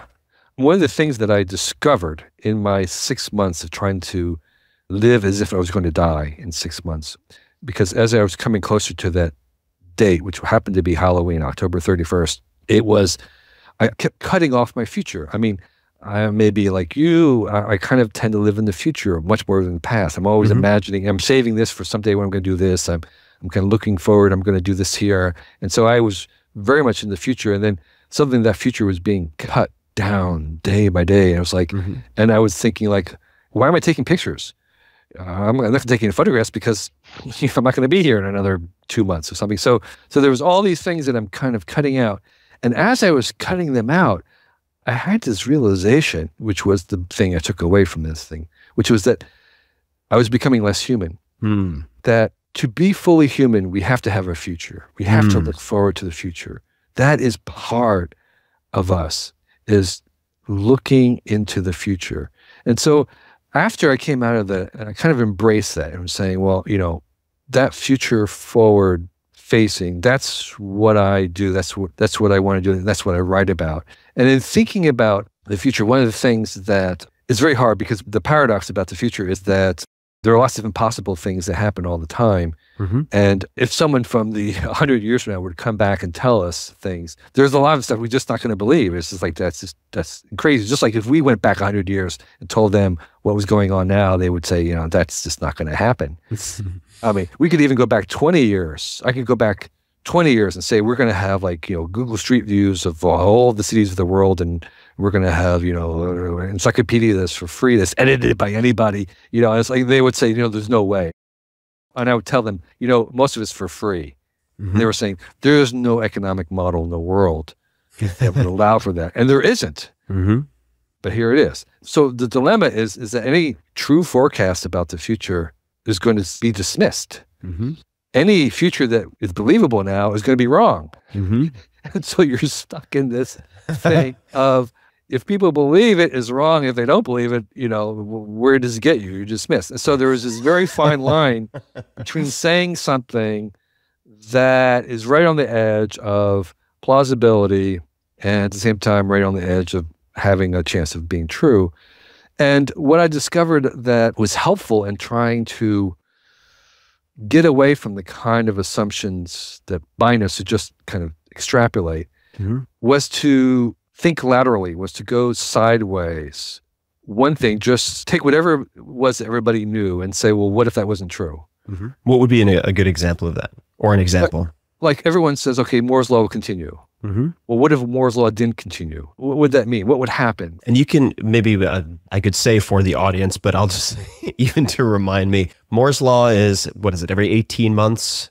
Yes. The size and cost of technology will decrease by 50%, something along those lines? Well, let's say even more simple. Or no, there's speed involved as well. Right. Moore's law does say that, but let's say something, right now we live in a world where every year the technology is better and cheaper. What if that wasn't true? Right. Got it. What if every year, starting like, you know, a couple of years from now, stuff was better but more expensive? That's a completely different world. Right. I mean, everyone assumes that things are going to get better and cheaper. Well, what if that wasn't true? So you can take kind of an assumption, again, that's something that no one's really examining, like, well, one of the things I'll write about is the fact that we're going to have a population implosion globally, that the global population will drastically reduce in 100 years from now. We'll have less population, far, far, far less than we have right now. And so, all right, I have to bite at that. Because I've thought a lot about this and the, what would they call it, the Malthusian dilemmas. Is that going to be, do you think, pandemic related, nuclear weapon related, all of the above?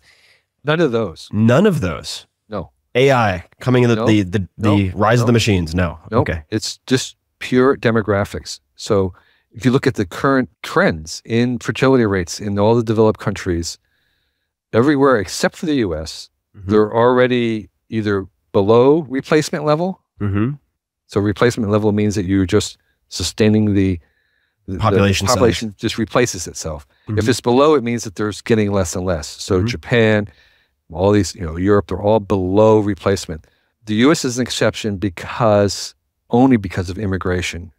Got it. More people coming in. Otherwise, we would be there and this would not be any news to anybody. But the real news, if people would point to the developing world, but Mexico is now aging faster than the US. China is aging faster because of their one-child policy. Of course, Japan is just completely, they're way underwater completely. So even the one exception is sub-Saharan Africa, and there's really kind of debate right now about how fast or whether they're slowing down. But generally around the world, South America, the rest of Asia, the rate of fertility continues to drop. And here's the thing, is that the demographic transition, that is happening everywhere where people become urban. And so every forecast shows the urbanity, the acidification of the population continuing. And I can't think of any counterforce to stop this huge migration at the scale that we're seeing into the city. And as that happens, the birth rates drop down. And even in places like Singapore or other places where they have taken very, very active countermeasures of cash for having kids, daycare forever, bonuses, none of these work in terms of actually trying to raise fertility levels. So you have to understand that to go above replacement level, the average woman has to have 2.1 kids. Well, that means there have to be tons and tons of women who have 3 or 4 kids to make up for those. How many people do you know with that many kids, living in cities? And there's just there's not enough of them. So, and this is a projection. Some of these are UN projections. They have three. They have a low, high, and medium. And the low one is not good news because there's not a large cultural counterforce for women to have 3, a very high percentage of the population to have 3 or 4 kids in a modern world. And that's why the population continues to decrease every year. What type of, this is perhaps a tangent, but one of the big debates in my head right now is to marry or not to marry, to have kids or not to have kids. I never thought those would even be questions in my mind. And yet here I am, and now they are. What are your thoughts on having children? What type of people, this is very broad, but should have children or shouldn't have children, whichever way of answering is easier, or how to even think about that question? I think people who are privileged, of which you are, should have children because you can bestow so many privileges and opportunities to your children. And if the world is to be populated, why not populate it with children who have as many opportunities as possible? I also say from my own experience of growing up one of many kids and having, I have 3 kids. One of my other regrets in life is not having a 4th, but we started a little bit too late and we were unable to have a 4th, but all my kids wished that we had a 4th too. And I would say that it's a gift to your kids to have more than one. And I know that from hanging out in China, where so many kids grew up owning children, and this really, really miss that. There is a total gift of the siblings and brothers to each other that is really very profound. And there is also, I know from my friends who have had lots of kids, that there is a tremendous amount of teaching from the older to the younger, and that's a lot of what they learn, and that the curve of the amount of energy that you have to expend actually after 3 doesn't really matter in terms of the parents. Got it. I have one friend who has 9 kids, and I have another friend who has 7. Wow. And basically, how do they do that? Well, the older kids were helping to parent the younger kids. That's the only way that really works. But that is actually basically they have 5 parents instead of having 2 parents. Right. It's very traditional in a way. I mean, traditional meaning reaching back thousands or tens of thousands of years. It is. Of course, in the old days, may have had 12 born, but they rarely had 12 kids survive. Right. It's like the 1800s kind of onward. I hang out with the Amish a lot, and they still have these very large families, and they all survive. So they have kind of, in some senses, sort of an unnatural expansion. And one of my predictions, again, going back to kind of like the assumptions, one of my predictions is that, in America, in 100 years from now, whatever it is, it'll be the complete countryside is run by the Amish. The Amish take over the entire countryside because they never sell land. They have like 8 kids. And then there are all these people living in the cities. And it's like everybody's happy, We're all living, they drive out to the Amish lands. And it's just fantastic. They're very happy, doing their thing and running the farms. And so I had been predicting for years that the Amish would come and start buying upstate New York. And that's exactly what they're doing right now. Why do you spend so much time with the Amish? This is news to me, but very interesting. And how long has that been going on? And does your beard have anything? Is there any relation to the Amish? I had the beard before my interest in the Amish. I could show you some pictures when I was 19 years old. So those who don't know, I have an Amish beard, which means I have a beard without a mustache. The reason why the Amish don't have mustaches is it was at the time that they were kind of adopting their dress code, the mustache was all military men had mustaches. And so they were very anti-military. They refused to serve in the armies. They don't even vote. So it was their kind of rejection of the military by shaving off their mustache. I hang out with the Amish because their adoption of technology is like, seems to us totally crazy. Because first of all, they're not Luddites. They're complete hackers. They love hacking technology. They have something called Amish electricity, which is basically pneumatics. A lot of these farms have a big diesel. They don't have electricity, but they have a big diesel generator in the barn that pumps up this compressor that sends high-pressure air tubes down tubing into their barn, into their homes. And so they have converted like their sewing machine and washing machine and stuff to pneumatic. Okay. Seems like a bit of a sidestep of the word of God. Exactly. So they'll have horse-drawn buggies and horse-drawn farm implements, and the horses will be pulling this diesel-generated combine. And you're thinking, what are they doing? Okay, right?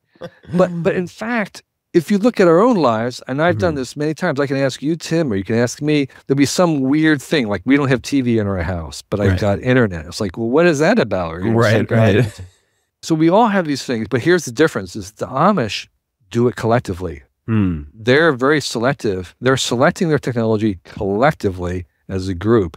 And secondly, they have to articulate, because they're doing collectively, they have to articulate what their criteria is. A lot of us are adopting, we try this, we try that. We don't have any kind of like logic or reason or theory or framework for why we're doing stuff. It's just a parade of stuff. But the Amish have a very particular criteria, and their criteria is, there are two things that they're looking for. The main thing they want to do, and the main reason why they have all these restrictions like horse and buggy and all this stuff, is that they want to have these communities, very strong communities. And so they notice that if you have a car, that you'll drive out and shop somewhere out of the community, or you go to church somewhere out of the community, or whatever it is. But if you have a horse and buggy, you can go only 15 miles. And so everything has to happen. Your entire life, you have to support the community. You have a community within 15 miles. You have to visit the sick, and you have to shop locally. So you're shopping with your neighbors. So when a new technology comes along, they say, will this strengthen our local community or send us out? And then the second thing that they're looking at is with families. So the goal of the typical Amish man or woman is to have every single meal with their children for every meal of their lives until they leave home. They have breakfast, and they have lunch, and they have dinner. So breakfast and lunch is that they go to a one-room schoolhouse and they pedal back for lunch. Their parents have with them. And that means that the business is ideally in their backyard. They have a lot of like shops and stuff. If they're not a farmer, they have a backyard shop, which is actually has to be kind of clean-ish because it is in their backyard. Right. It's like well, it is in their backyard. So they really are, they really want to make sure that they have metalworking shops and stuff, which they really try to keep non-toxic and work because it's in their backyard. And so that means that they can come home for lunch. They have breakfast and lunch. So they're on the premises, and they have every single meal with their children till they leave. And so they say, well, will this technology allow us to do that? Will it help us do that, or will it work against that? And then, like right now, they've been deciding whether to accept cell phones or not, even though they don't have landline phones. So they're going to, some of them are going to accept cell phones. And they do that by, there's always some Amish early adopter who's trying things, and they say, okay, Ivan, Bishop says, you can try this, but we're watching you. We're going to see what effect this has on your family, on your community. You have to be ready to give it up anytime we say that it's not working. And they do this on a kind of parish by parish, so it's very decentralized. And so they try out, always trying out their technologies, and they're always looking to see, is this strengthening the families? Is this strengthening the communities? If not, we don't want it. And I have two questions, I guess. The first is, since you're normally, as I understand it, based on the West Coast in Northern California, how do you get out to the Amish, or is there a separate community closer by? And then secondly, what have you incorporated into your own life or your own family that originated from the Amish? Yeah. So I don't get to see them as often as I want, but actually, just when I go east, I have some contacts that I will exercise, and I would try to get to stay overnight and go to church in a buggy or something. And this is Pennsylvania? Well, actually, Pennsylvania is the heart of it, but actually there are more communities in Ohio where my brother lives. Oh, no kidding. Iowa, there's a lot more happening in New York. So the Pennsylvania are the kind of ground zero. Ground zero. But in fact, there are bigger, more extensive communities outside of Pennsylvania. I didn't realize that. Yeah. The Amish diaspora. It is. That's what I'm saying. They literally are just buying up farmland. They're expanding. They're constantly expanding. They have a very small attrition rate, very large families. They all are buying farms and stuff for their children, and they never sell. And so they also don't even move into areas they have a minimum number of families that we need to move in at once. But what did I learn from then? Well, one of the things that we had, particularly when we had younger kids, was kind of technological sabbaticals. Or Sabbaths, I should say. And I've now seen other families who aren't even religious adopt that same thing, which is once a week, you take a break from either, you can define it however you want it, the screen or the keyboard or connectivity or something, and you step back, and you do that not because it's terrible or poison, but because it's so good. There's lots of people who are kind of they're going to drop out from Twitter. They're kind of oh, this is like a toxin. I got to get detoxed or something. I think that's entirely the wrong way to think about it, is you want to take breaks from this, not because they're toxic, but because they're so good. It's you want to step back so that you can re-enter it and with a renewed perspective, with a renewed appreciation, with having spent time looking at it in a different way. And I think that kind of rhythm of having Sabbaths and then yearly vacations or whatever, retreats, and then every 7 years or whatever it is, you take a true sabbatical. I think that kind of rhythmic disconnection or Sabbath, I think, is very powerful, something that works very well, and was something that we had in our family. I take Saturdays off, as it turns out, as my screenless day. I really try to make that a weekly occurrence, and it's incredible. The effect that it has, the sort of galvanizing effect of just a mere 24 hours, not even that, if you just consider the waking hours. Every 7 years, a vacation or sabbatical of how long, in your case or your family's case? Yeah, partly because my wife actually is granted a sabbatical from the company she works for, which is Genentech. It was one of the two companies that actually have a official sabbatical for all their researchers, at least. And it's very meager. It's 6 weeks. Of course, a 6-week sabbatical is basically a European annual vacation. Right. But for an American, right, it's 3 years. That's a big thing. So yes, so we do something different. So this year we're taking one, and we're going to camp in national parks for 1 month of it, and then the other 2 weeks we'll go to Asia. But we haven't been to a lot of the national parks. I'm going to do a different kind of project than I haven't done before, and we'll do some kind of car camping. We haven't really done a big road trip like that, so it's all new for us. What is the longest in the last few years that you've gone without checking email? Oh, probably 2 weeks. Got it. And in China. How do you manage that? It was very easy. It was I was unable to pick it up because China was blocking Google. That makes it more challenging. And I was in some remote places, and so even the connection was hard, but it was they weren't weren't letting me get it. I'm not a mobile person. My first smartphone was an iPhone 5, and I still not using it properly. I use it for phone calls. Yeah, I don't use my iPhone as an input device either. It drives me nuts. But I can't type. When I travel, I like to leave everything. I spend a lot of my time sitting in front of a computer. I'm kind of like the Zen, walk, sit, don't wobble.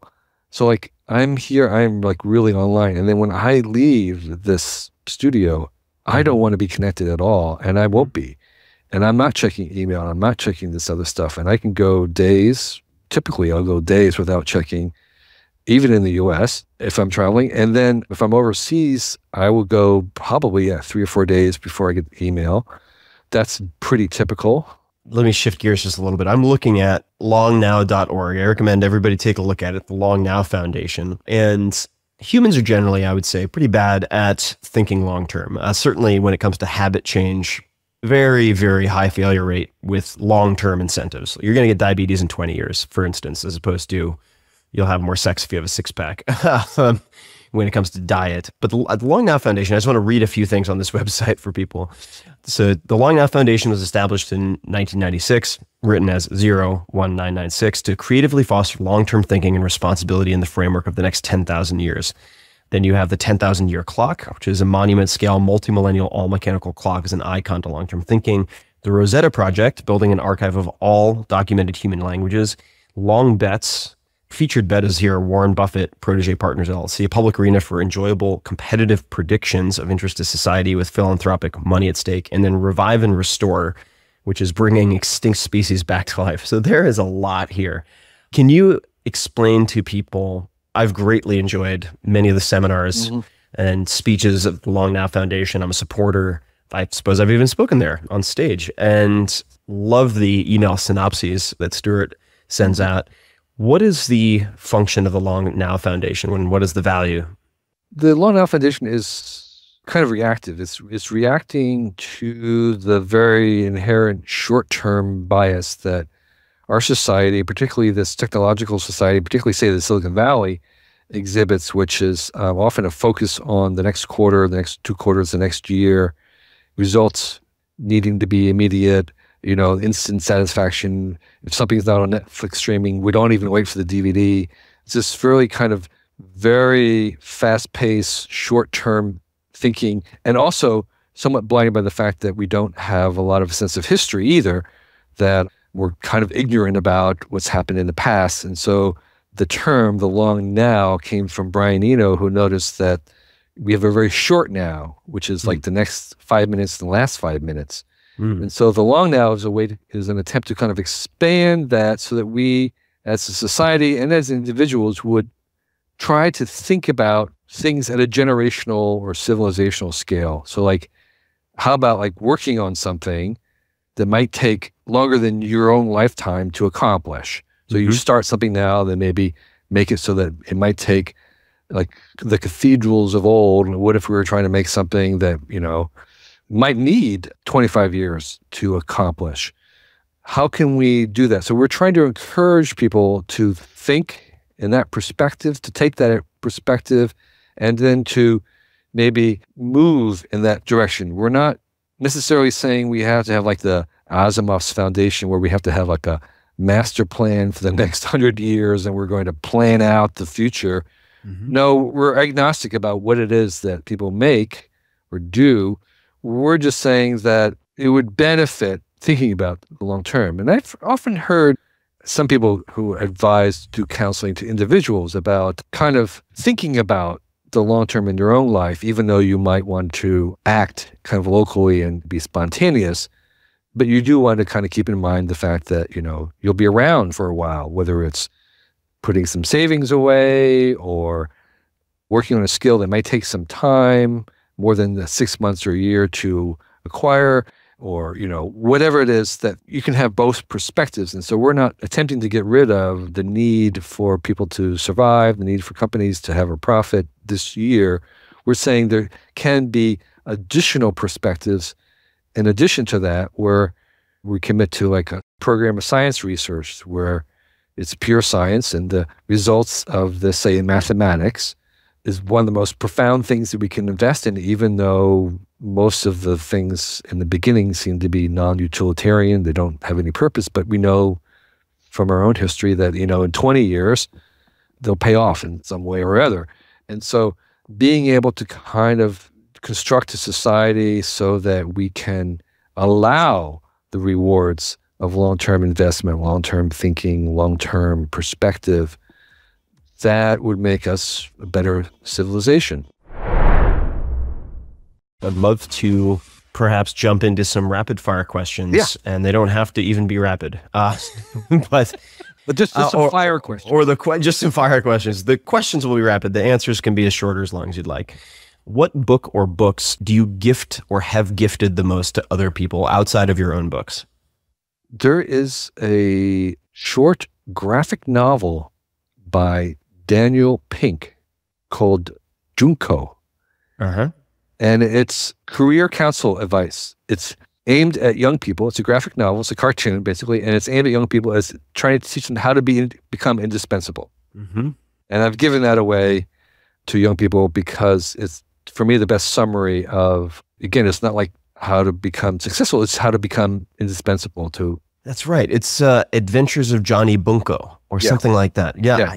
That's right. That's right. I have that on my bookshelf back in San Francisco, in fact. Yeah. If you know a young person who is just starting out, hand them that book. It's very easy for them to read because it's a graphic novel. It's non-threatening. It's fun. And it'll give them some, like 5 great principles for starting out and helping them kind of orient themselves as they start working in the working life. For someone who's facing a lot of the same questions, let's just say, so you have graduates asking what should I do? Why am I here? What am I good at? If we fast forward to, say, for the sake of argument, mid-30s, right? People in middle age hitting that particular point. Are there any books that you would recommend they read? Well, there is a book that I'm recommending by Cal Newport. It's called So Good They Can't Ignore You. This changed my mind because I'd kind of bought into the kind of new age California dogma of follow your bliss, money will follow. And he makes a really good argument and convinced me that's actually not very good advice. That what you really want to do is to master something and to use your mastering of something as a way to get to your passion. So if you start with just passion, it's sort of paralyzing because, and I know this from my own kids, they're 18, they really don't know what they're passionate about. I mean, some people are lucky enough to know, and a lot of people aren't. So this is a book for people who don't kind of really know what they're really excellent at, don't really know what they're passionate about. And his premise is that you master something, almost anything at all, just something you master, and you use that mastery to kind of move you into a place where you can begin to have passion, and that you kind of keep recycling, that the way you find your passion is through mastery rather than the other way around, which is people think that they're going to get their mastery through passion. And I kind of believe that former, the passion would lead to mastery, but after thinking about it, looking at his examples and his argument, I'm pretty sure that at least for most people, you can get to your passion through mastery. And that would also give you a currency or a lever to use in getting to that point. Excellent. Do you have a favorite fiction book? Yes. Oh, fantastic. I usually don't get one answer. This is great. Yeah. Shantaram. Shantaram, it might take me a way to explain this. Its author wrote one book because it's very autobiographical. The premise of the book and the author's life seems completely incredulous and kind of almost Hollywoodish.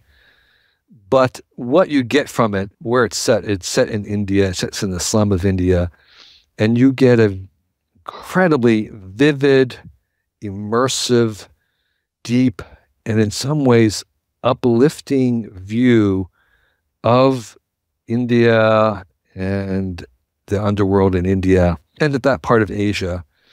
And the main protagonist is this very interesting Zen criminal. He's sort of a coyote trickster blend of someone who is, he does bad things, but at the same time, he's sorry about it. And he has a kind of a cosmic perspective. It's very, very unusual, but it's a long book. And I actually recommend that if people are going to try it, is that you actually get the Audible version, listen to it. It runs like, on and on, but it'll be one of those books that you wish will never end. And I'll just tell you the beginning of it, which is that, and this is the true part, which is that the guy, the author, became a bank robber in New Zealand. He was hooked on drugs, started robbing banks, was eventually caught, and escaped from prison. And made his way to the slums of India where, because he had a medical kit, he was treated as a doctor. Got involved and hooked on drugs in India, got involved with the mafia, was put in prison, tortured, left, abandoned. Nobody knew he was even in there, started writing a book, wrote this book. They ripped it up, destroyed it. He was recruited, found a guru, an Afghani, was recruited in the Mujahideen, was fighting there. His entire company was wiped out. I mean, that's just the beginning. That's like the first day. It's really interesting that you would bring up Shantaram. For those people who haven't heard of Josh Waitzkin, I also had him on this podcast. Josh was the basis for Searching for Bobby Fischer, the book and the movie. world-class chess player, also a very deep, soulful guy, and this is one of his favorite books as well. Yeah, you would love Josh. Sometime I'll have to put you guys in touch. But any favorite documentaries? Well, now you've asked the wrong question, because I have a site called True Films where for the past 10 years I have reviewed the best documentaries. I actually have a book called True Films, which is the 200 best documentaries that you should see before you die. Oh my God, no kidding. Wow, you have no idea how timely this is. So it's TRUE films.com? Yeah, True Films. Okay. And so there are a couple of films that I would say have sort of universal appreciation. Like, they may have like a rating of like 100 on Rotten Tomatoes or something. So the one documentary that I think everybody that I know who's seen it has loved it is Man on Wire. Such a good movie. Right? So it's just transcendent. It's just a beautiful movie. It's based on the fact that this guy, basically, he's going to walk the Twin Towers. I mean, the moment was he was a 14-year-old kid in France who was at a dentist office looking at a magazine, and he saw that there had plans to build this Twin Tower in New York. And he saw those two Twin Towers, and he said, I need to walk between them. He didn't know how to type walk. The towers had not been built. He was already planning this thing. And he was filming himself the whole way. Yeah, so amazing. Okay, and so he does it. And how he does it is amazing. So another great documentary that I love, because it's very unusual among documentaries in that it films the villain side of the whole thing as well, which is King of Kong. Oh, I haven't. This has been recommended to me. I still have not seen this movie. King of Kong is about a guy who becomes the arcade game King of Kong. He becomes the champion, but he is basically competing against this cabal of people who are trying to subvert him and are doing all kinds of really terrible things to stop him, which was all on film. Yeah. And so here's this really kind of Midwest, really lovable guy, and you're rooting for him the whole time while these really sleazy guys are trying to take him down. It's just fantastic. I have to watch that. So that's the second one. The third one is one that's not so well known.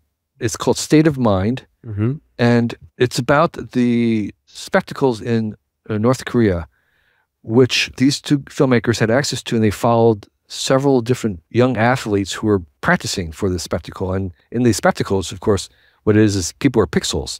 They have these huge stadium-sized things, and they're like little robots. They're cogs in this machine, which is perfect. Mm-hmm. So you can imagine a picture that's made up of pixels, but every pixel is a little boy or girl holding up a card, colored cards in sequence. Mm-hmm. So these things move, which means that, there's not a pixel missing. So it means that nobody's sick. It's you're not allowed to be sick. You can't make a mistake at all. And it's getting inside of North Korea, which turns out to be a nationwide cult. And I think that in 50 years, when they're gone, nobody will believe that was even possible. And this documentary will be there saying, no, they really was a nationwide cult, and they really did believe this. It really is amazing just to see what's going on there. All right. Well, I know what I'm doing for the next few days, next few evenings. I could go on, unfortunately, because I have a lot of them. But go to the True Films. I only review ones that are great. So I don't do... Awesome. I just say these are fantastic. Oh, man. All right. I've been looking for this. I cannot believe that I'm only learning this now. I'm kind of embarrassed about that. When you think of the word or hear the word successful, who's the first person who comes to mind? Jesus. All right. Why would you say that? Well, there aren't that many people who've left their mark on as many people in the world as he has. I think what he was up to, what he was doing is, vastly been twisted, misunderstood, whatever word you want. But nonetheless, what's remarkable is, and here's a guy who didn't write anything. So I think success is also overrated. All right. I'd love for you to elaborate on that. Greatness is overrated. A lot of, I mentioned big numbers, but it's more of the impact that he had on people's lives. But I think we tend to have an image of success that's somewhat been skewed by our current media. It's like our sense of beauty in women. It's sort of like, in terms of all possibilities, it's in a very small, narrow, defined, it's almost kind of ritualistic in a certain sense. And I think our idea of success is often, today, it means, somebody who has a lot of money, or who has a lot of fame, or who has some of these other trappings which we assign, but I think can be successful in by being true to and kind of being the most you that you could possibly be. And I think that's what I think of as one of the things that Jesus, whether you take him as just a historical character or anything beyond, was about. He certainly wasn't imitating anybody. Let me put it that way. The great temptation that people have is they want to be someone else, which is basically they want to be in someone else's movie. You know, they want to be the best rock star, and there's so many of those already that you can only wind up imitating somebody in that slot. And I think, to me, the success is like you make your own slot. You have a new slot that didn't exist before. And I think, you know, that's of course what Jesus and many others were doing, but they were kind of making a new slot.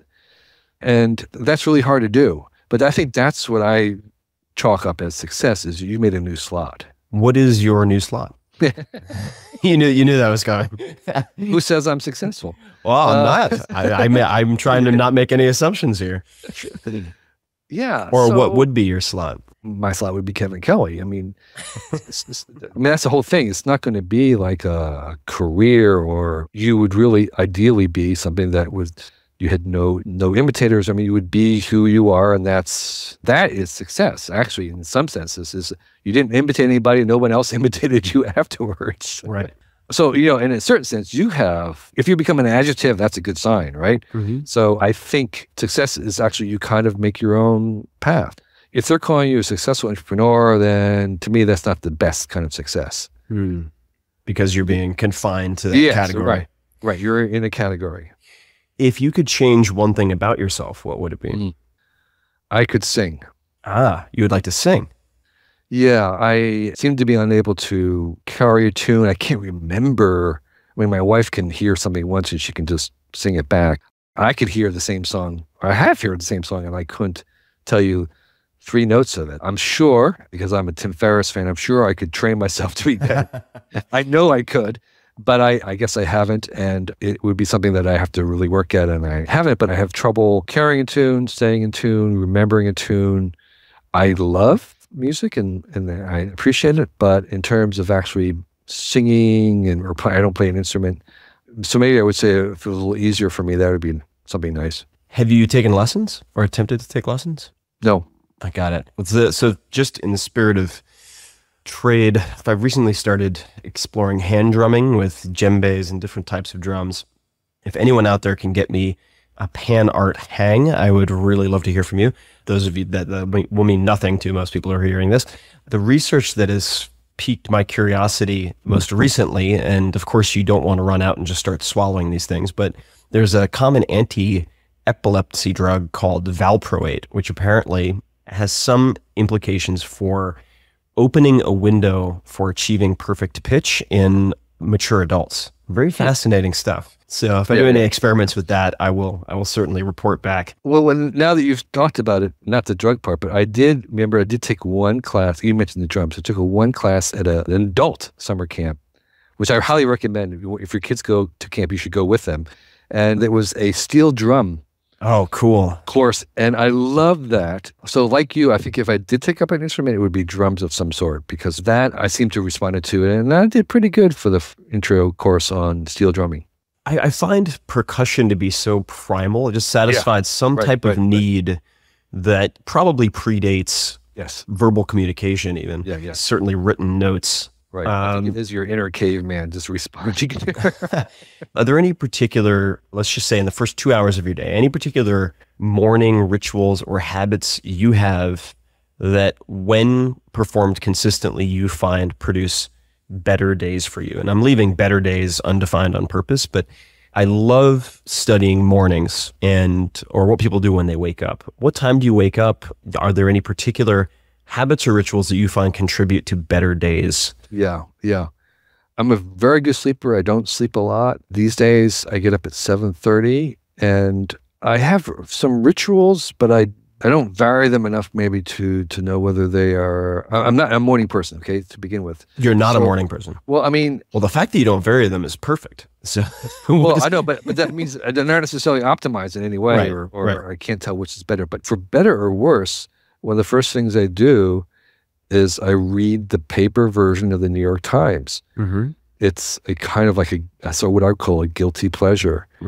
I don't know whether that makes me better at anything else I do, but I don't drink coffee or anything. This is sort of, it's a ritual. And when I'm not here, I don't read it. So it's like, I don't miss it. It's kind of curious. But like if I'm here, it's like I got to do it. I don't know. It's kind of weird. Is that immediately after waking you read the paper, or is there anything you just do? About. I kind of, in my pajamas, I walk out to the front gate and I pick it up and I read it. I mean, and I don't read all of it. I just kind of go through, and I usually don't even read the news part. I read the slower stuff. Mm-hmm. I'm not sure why, now that you're asking. And that's it. That's the entire ritual. I don't have the same thing for breakfast or anything like that. It's just that morning hit. Do you do anything throughout your day regularly? Maybe it's before bed or anything else that most other people probably don't do? That's a good question. No. Really? Okay. I have no special sauce. But you're very consistent. Your days seem to be, don't vary very widely. So that in and of itself might be something that a lot of people don't do. Okay, let's make up two different things.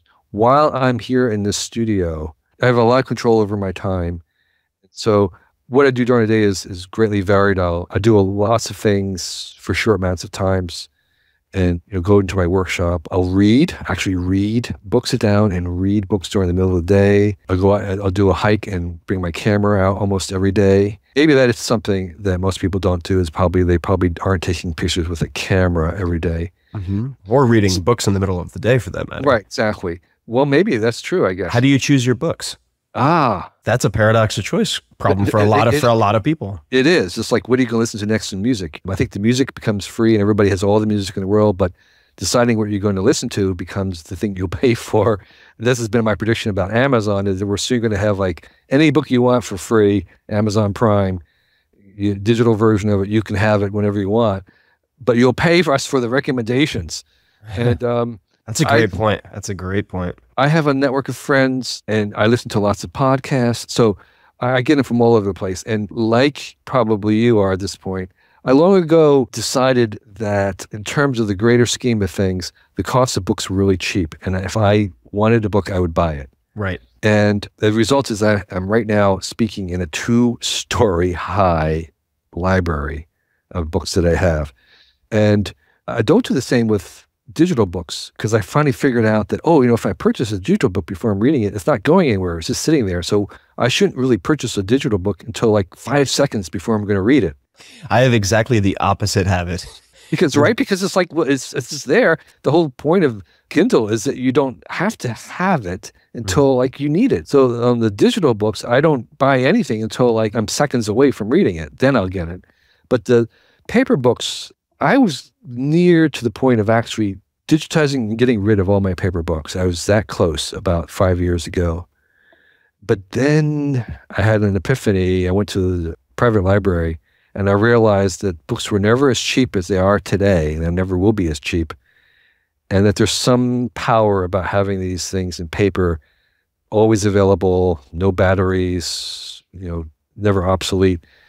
And that if you made a library now, you would never be able to make some of these libraries in 50 years. And so I decided to keep and to kind of cultivate this paper library as something that was going to be very powerful in the future.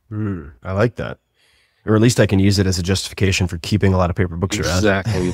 I get tips from books from podcasts, from blogs, from friends, from Amazon recommendations, anywhere. And whenever I hear someone recommend a book, I'll go and check it out. And then I'm fairly free in buying it, but which means that I read a lot of really mediocre books. But that's part of my job. Right. That's in Cool Tools, the book that we were just talking about, which is this catalog of possibilities that I self-published that has, 1,500, maybe there's a couple hundred books that are recommended, but I probably read thousands and thousands and thousands of books in order to select those. So I see part of my job reading through, and I read a lot of how-to books. Most of the books I'm reading is nonfiction, and a lot of it is even instructional stuff on, how to build a stone wall, how to do origami, how to send a satellite, microsatellite into space, whatever it is, it doesn't matter. I'll look at it, and I've seen tens of thousands, if not 50,000 how-to books over my lifetime. I can spot a really good one. But still, I'll read through the other ones so that someone else doesn't have to, and I can recommend saying, this is the best book on building a tiny house if you want to build a tiny house. Now, when you read these books on origami or Stonewall, do you follow through and attempt these projects, or are you evaluating it purely based on your amassed experience of reading lots of these types of instructional books? No, actually, so maybe one of the other things that I don't do every day, but one of the things I do in general that maybe everyone else is not doing is that I have like 1,000 hobbies. I dabble in things. So I have built stone walls, more than one. I have done origami. I have made beer. I have made wine. I have, whatever it is, I've tried to do these things in my life, and I continue to try and do them. I have homeschooled my son. And so as much as possible, this is what I was talking before about my day.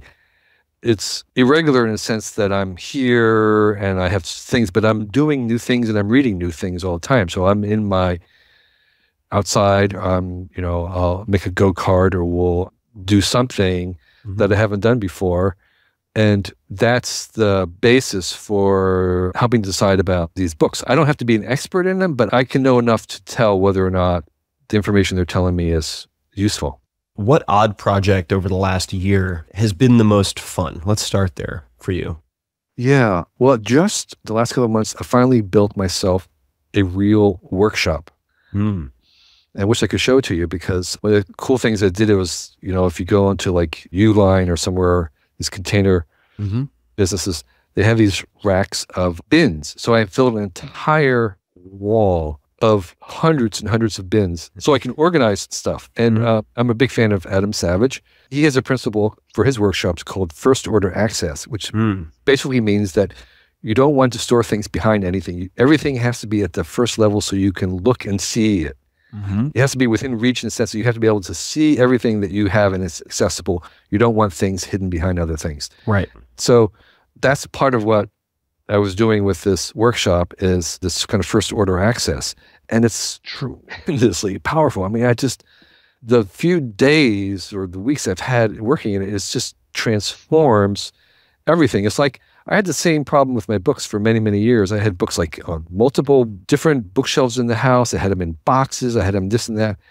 And moving everything to one location into a library where there was 2 stories and I could see all my books just transformed them and made it really useful, because I could find them, just really go and reach for them.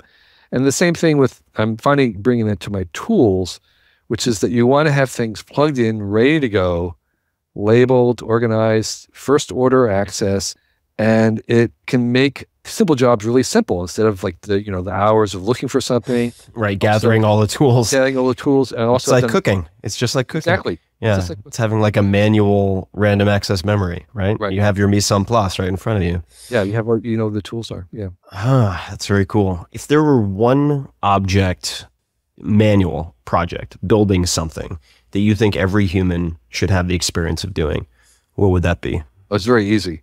You need to build your own house, a shelter. And it's not that hard to do, believe me. I built my own house. And your house is amazing. Not this house. I mean, I actually built one from cutting down the logs, cutting down the trees in upstate New York. Wow. And doing the stone hearths. And, unfortunately, I don't recommend this. We made like 2x4s from trees. You don't want to do that because it's a pain, because standard lumber is very good. If your things are off a little 1/4 of an inch, as they are with rough sawn lumber, it's a mess. But nonetheless, a large portion of the people in the world have made their own homes, adobe, rammed earth, bamboo, whatever it is. And like going back to what we originally started off with, even if you don't wind up living in it, it's empowering to know that you can do it. For sure. And if you do wind up living in it, I have a friend, Lloyd Kahn, who built this magnificent place in Bolinas that he built with salvage material from scratch over the many years. It gives you the power to alter it. So I believe that your house should be an extension of you, that really definitely it's another projection. So another way of, and also going back to what we're talking about, it's another way to discover who you are and discover what you're good at. And because a well-designed house should really reflect you. And what I've discovered, a lot of people design houses and they have this kind of imaginary fantasy idea about themselves and what they're going to do. Well, whatever it is, they're going to have a swimming pool. Well, it's like they're never going to use a swimming pool, whatever it is. I mean, very few people actually have a very good sense of who they are and what they're going to use something for. But if you really study yourself and really are honest and design something, that space can help you become successful in the sense of making a slot for you, making your own slot. And it's both a kind of byproduct of who you are and also can help you become who you are. It works both ways. I like that. Right. You're not just finding yourself, you're creating yourself. Exactly. So this is a larger philosophical question, but this is something I talk about a lot. In a very high dimensional space, which means like space of many pending possibilities, the act of finding and the act of creating are identical. There is no difference between discovering something and inventing something. We could say that philosophically, Benjamin Franklin invented electricity. We could say that Christopher Columbus invented America. We could say that discovery and invention are the same, so that discovering yourself and inventing yourself is really the same things will bring about that process. You have to do both at once. I really enjoy that. Last question. If you could give your, let's say, you can pick the age, either 15 or 20-year-old self, one or a few pieces of advice, what would they be? You don't have to do everything yourself. You can hire people to do stuff. I wish I had known that when I was younger. I wish that I had, when I was 20, working for Whole Earth Catalog, I wish I'd known that I could have hired a programmer to do something. I could have hired someone. It took me a long time to understand that. And then recently, I've been really big on it, hiring people through Elance. Because I came from a little bit of kind of a do-it-yourself. I mean, I made a nature museum when I was 12. I had a chemistry lab that I built myself, building the stuff. And I could buy in the glassware, but I had a whole chemistry lab. I had nature museums. I did all this stuff and I did it myself. And then, of course, moving into the Whole Earth Catalog, which was a kind of a do-it-yourself thing. And it was, I just talked about building my own house. Well, now I will hire professionals to work. And it just took me a long time to realize that there's something about being able to pay a professional to do what they do really well. It's not like a weakness. It's like it helps them. I'm happy. They're happy. We're all happy. And I can do a lot more. Now, there's certainly a pleasure in doing things yourself and dabbling it. But there's also this other thing, which I didn't realize, which is there's this leverage that you get by hiring people who are really good, paying them fairly, working with them to amplify what it is that you want to do. And I wish I knew that when I was younger. That's a fantastic answer. And you have, if I remember correctly, an assistant and a researcher. Is that still true? Yeah, it's one and the same person. Oh, they are the same. Okay. Yeah. So I thought that at one point you had believed that you needed those people to be two separate people, but you no, here's what I was saying was that it's very unusual to find one person who can do both of those tasks. Both of those tasks are often not found in the same person because there's, the hunting, the researching, there's a hunter aspect to research that is often found in a certain personality. And then they're kind of the admin is more nurturing, kind of making sure of things, gardening a little bit. So it's often rare to find someone who can do both. But it's possible. Was it luck that you happened upon this particular individual that you work with now, or did you have a method? I found that the place where I've had over the 14 years, I've had two. The place where I found that they were more likely than not to have a combination was librarians. I love it. That's fantastic. And so we put out notices on the librarian mailing lists and stuff. That is fantastic. I said last question. This will be the last question. Is there any other thoughts or advice you'd like to leave with the listeners? And then where would you like people to find more from you, your writing, anywhere else? I would say congratulations to the people who are listening to the podcast. I think podcasts are this fantastic new medium. I'm spending a lot of time there. I think it's just really great. We're in the early days of where this would go. I'm really impressed by the power of this medium to teach and to inform, sometimes to entertain. Again, I'm thankful to you, Tim, for having me on and having a chance to gab here. But to the people who are listening, I think keep going. Listen to more podcasts. try to go wide. I know Tim mentions them here and there. Take a chance, listen to some more. So that's one thing I would say. And as far as finding out more about me, I lucked out with a very easy email and website. It's my initials, kk.org. I have a very public email for the past 25 years. You can find it very easily on my website if you want to email directly. I have not outsourced that, unlike other people that I know.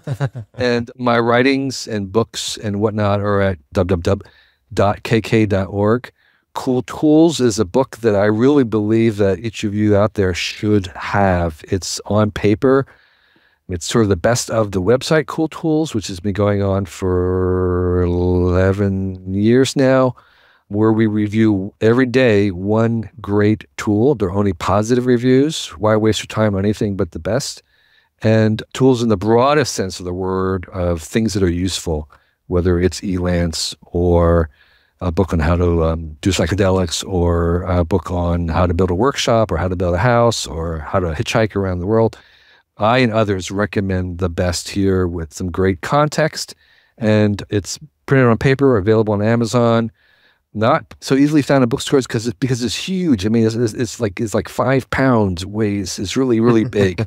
And if you don't find like 500 things in there you didn't know about that you wish you knew about, like last year, I'll give you your money back. So enjoy that. So that's at Cool Tools, or Cool Tools on Amazon. Excellent. Well, Kevin, this has been a blast. It always is. Every time we chat, I feel like we should chat more. So hopefully we'll get a chance to spend some more time together soon back in NorCal or somewhere else. In China. Or in China. It's been a long time. I could get back. I'm ready. I'm heading back to Japan again. And I know that you have lots of roots in Asia, but I go there to renew my sense of the future, because they are bulldozing the past as fast as it can and headed racing into the future. And so I want to see what Asia has in store for us, because mathematically we don't count anymore. 1.3 billion, whatever, 3 billion Asians and 300 million Americans. What can you say? Yeah, that's right. So study up, folks. Yep. Specialization is for insects. I think that was Heinlein. So enjoy your time on this planet and look broadly, like Kevin said. Kevin, thank you so much. I will talk to you soon, and have a wonderful day. I will talk to you soon. Thanks for having me, Tim. Okay, bye-bye. Hey guys, this is Tim again. Just one more thing before you take off, and that is 5 Bullet Friday. Would you enjoy getting a short email from me every Friday that provides a little fun before the weekend? Between 1.5 and 2 million people subscribe to my free newsletter, my super short newsletter called 5 Bullet Friday. Easy to sign up, easy to cancel. It is basically a half page that I send out every Friday to share the coolest things I've found or discovered or have started exploring over that week. It's kind of like my diary of cool things. It often includes articles I'm reading, books I'm reading, albums perhaps, gadgets, gizmos, all sorts of tech tricks and so on that get sent to me by my friends, including a lot of podcast guests. And these strange esoteric things end up in my field, and then I test them, and then I share them with you. So if that sounds fun, again, it's very short, a little tiny bite of goodness before you head off for the weekend, something to think about. If you'd like to try it out, just go to tim.blog/Friday. Type that into your browser, tim.blog/Friday. Drop in your email, and you'll get the very next one. Thanks for listening. This episode is brought to you by Helix Sleep. Helix Sleep is a premium mattress brand that provides tailored mattresses based on your sleep preferences. Their lineup includes 14 unique mattresses, including a collection of luxury models, a mattress for big and tall sleepers, that's not me, and even a mattress made specifically for kids. They have models with memory foam layers to provide optimal pressure relief if you sleep on your side, as I often do and did last night on one of their beds. Models with more responsive foam to cradle your body for essential support in stomach and back sleeping positions, and on and on. They have you covered. So how will you know which Helix mattress works best for you and your body? Take the Helix Sleep Quiz at helixsleep.com/Tim and find your perfect mattress in less than 2 minutes. Personally, for the last few years, I have been sleeping on a Helix Midnight Luxe mattress. I also have one of those in the guest bedroom, and feedback from friends has always been fantastic. They frequently say it's the best night of sleep they've had in ages. It's something they comment on without any prompting from me whatsoever. Helix mattresses are American-made and come with a 10 or 15-year warranty, depending on the model. Your mattress will be shipped straight to your door, free of charge. And there's no better way to test out a new mattress than by sleeping on it in your own home.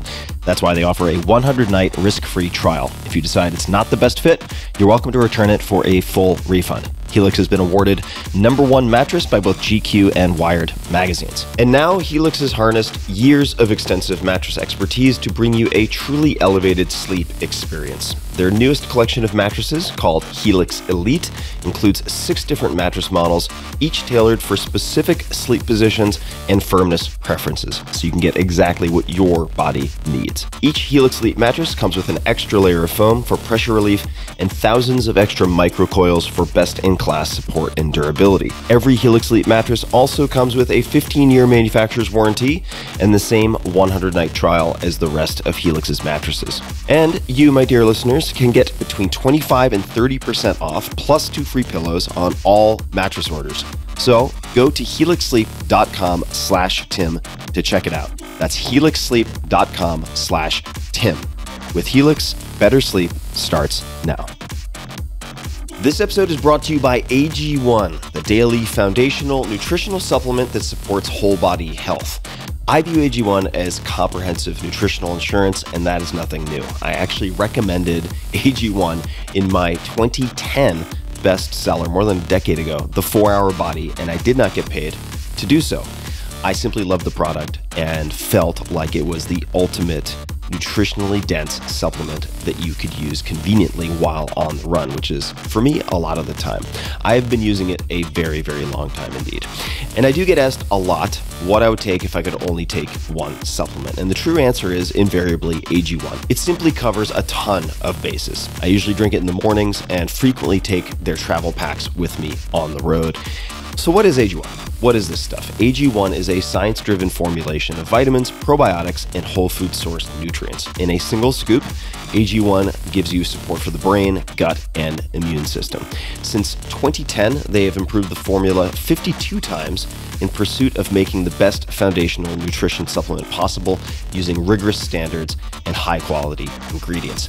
How many ingredients? 75, and you would be hard-pressed to find a more nutrient-dense formula on the market. It has a multivitamin, multi-mineral superfood complex, probiotics and prebiotics for gut health, an antioxidant immune support formula, digestive enzymes, and adaptogens to help manage stress. Now, I do my best, always, to eat nutrient-dense meals. That is the basic requirement, right? That is why things are called supplements.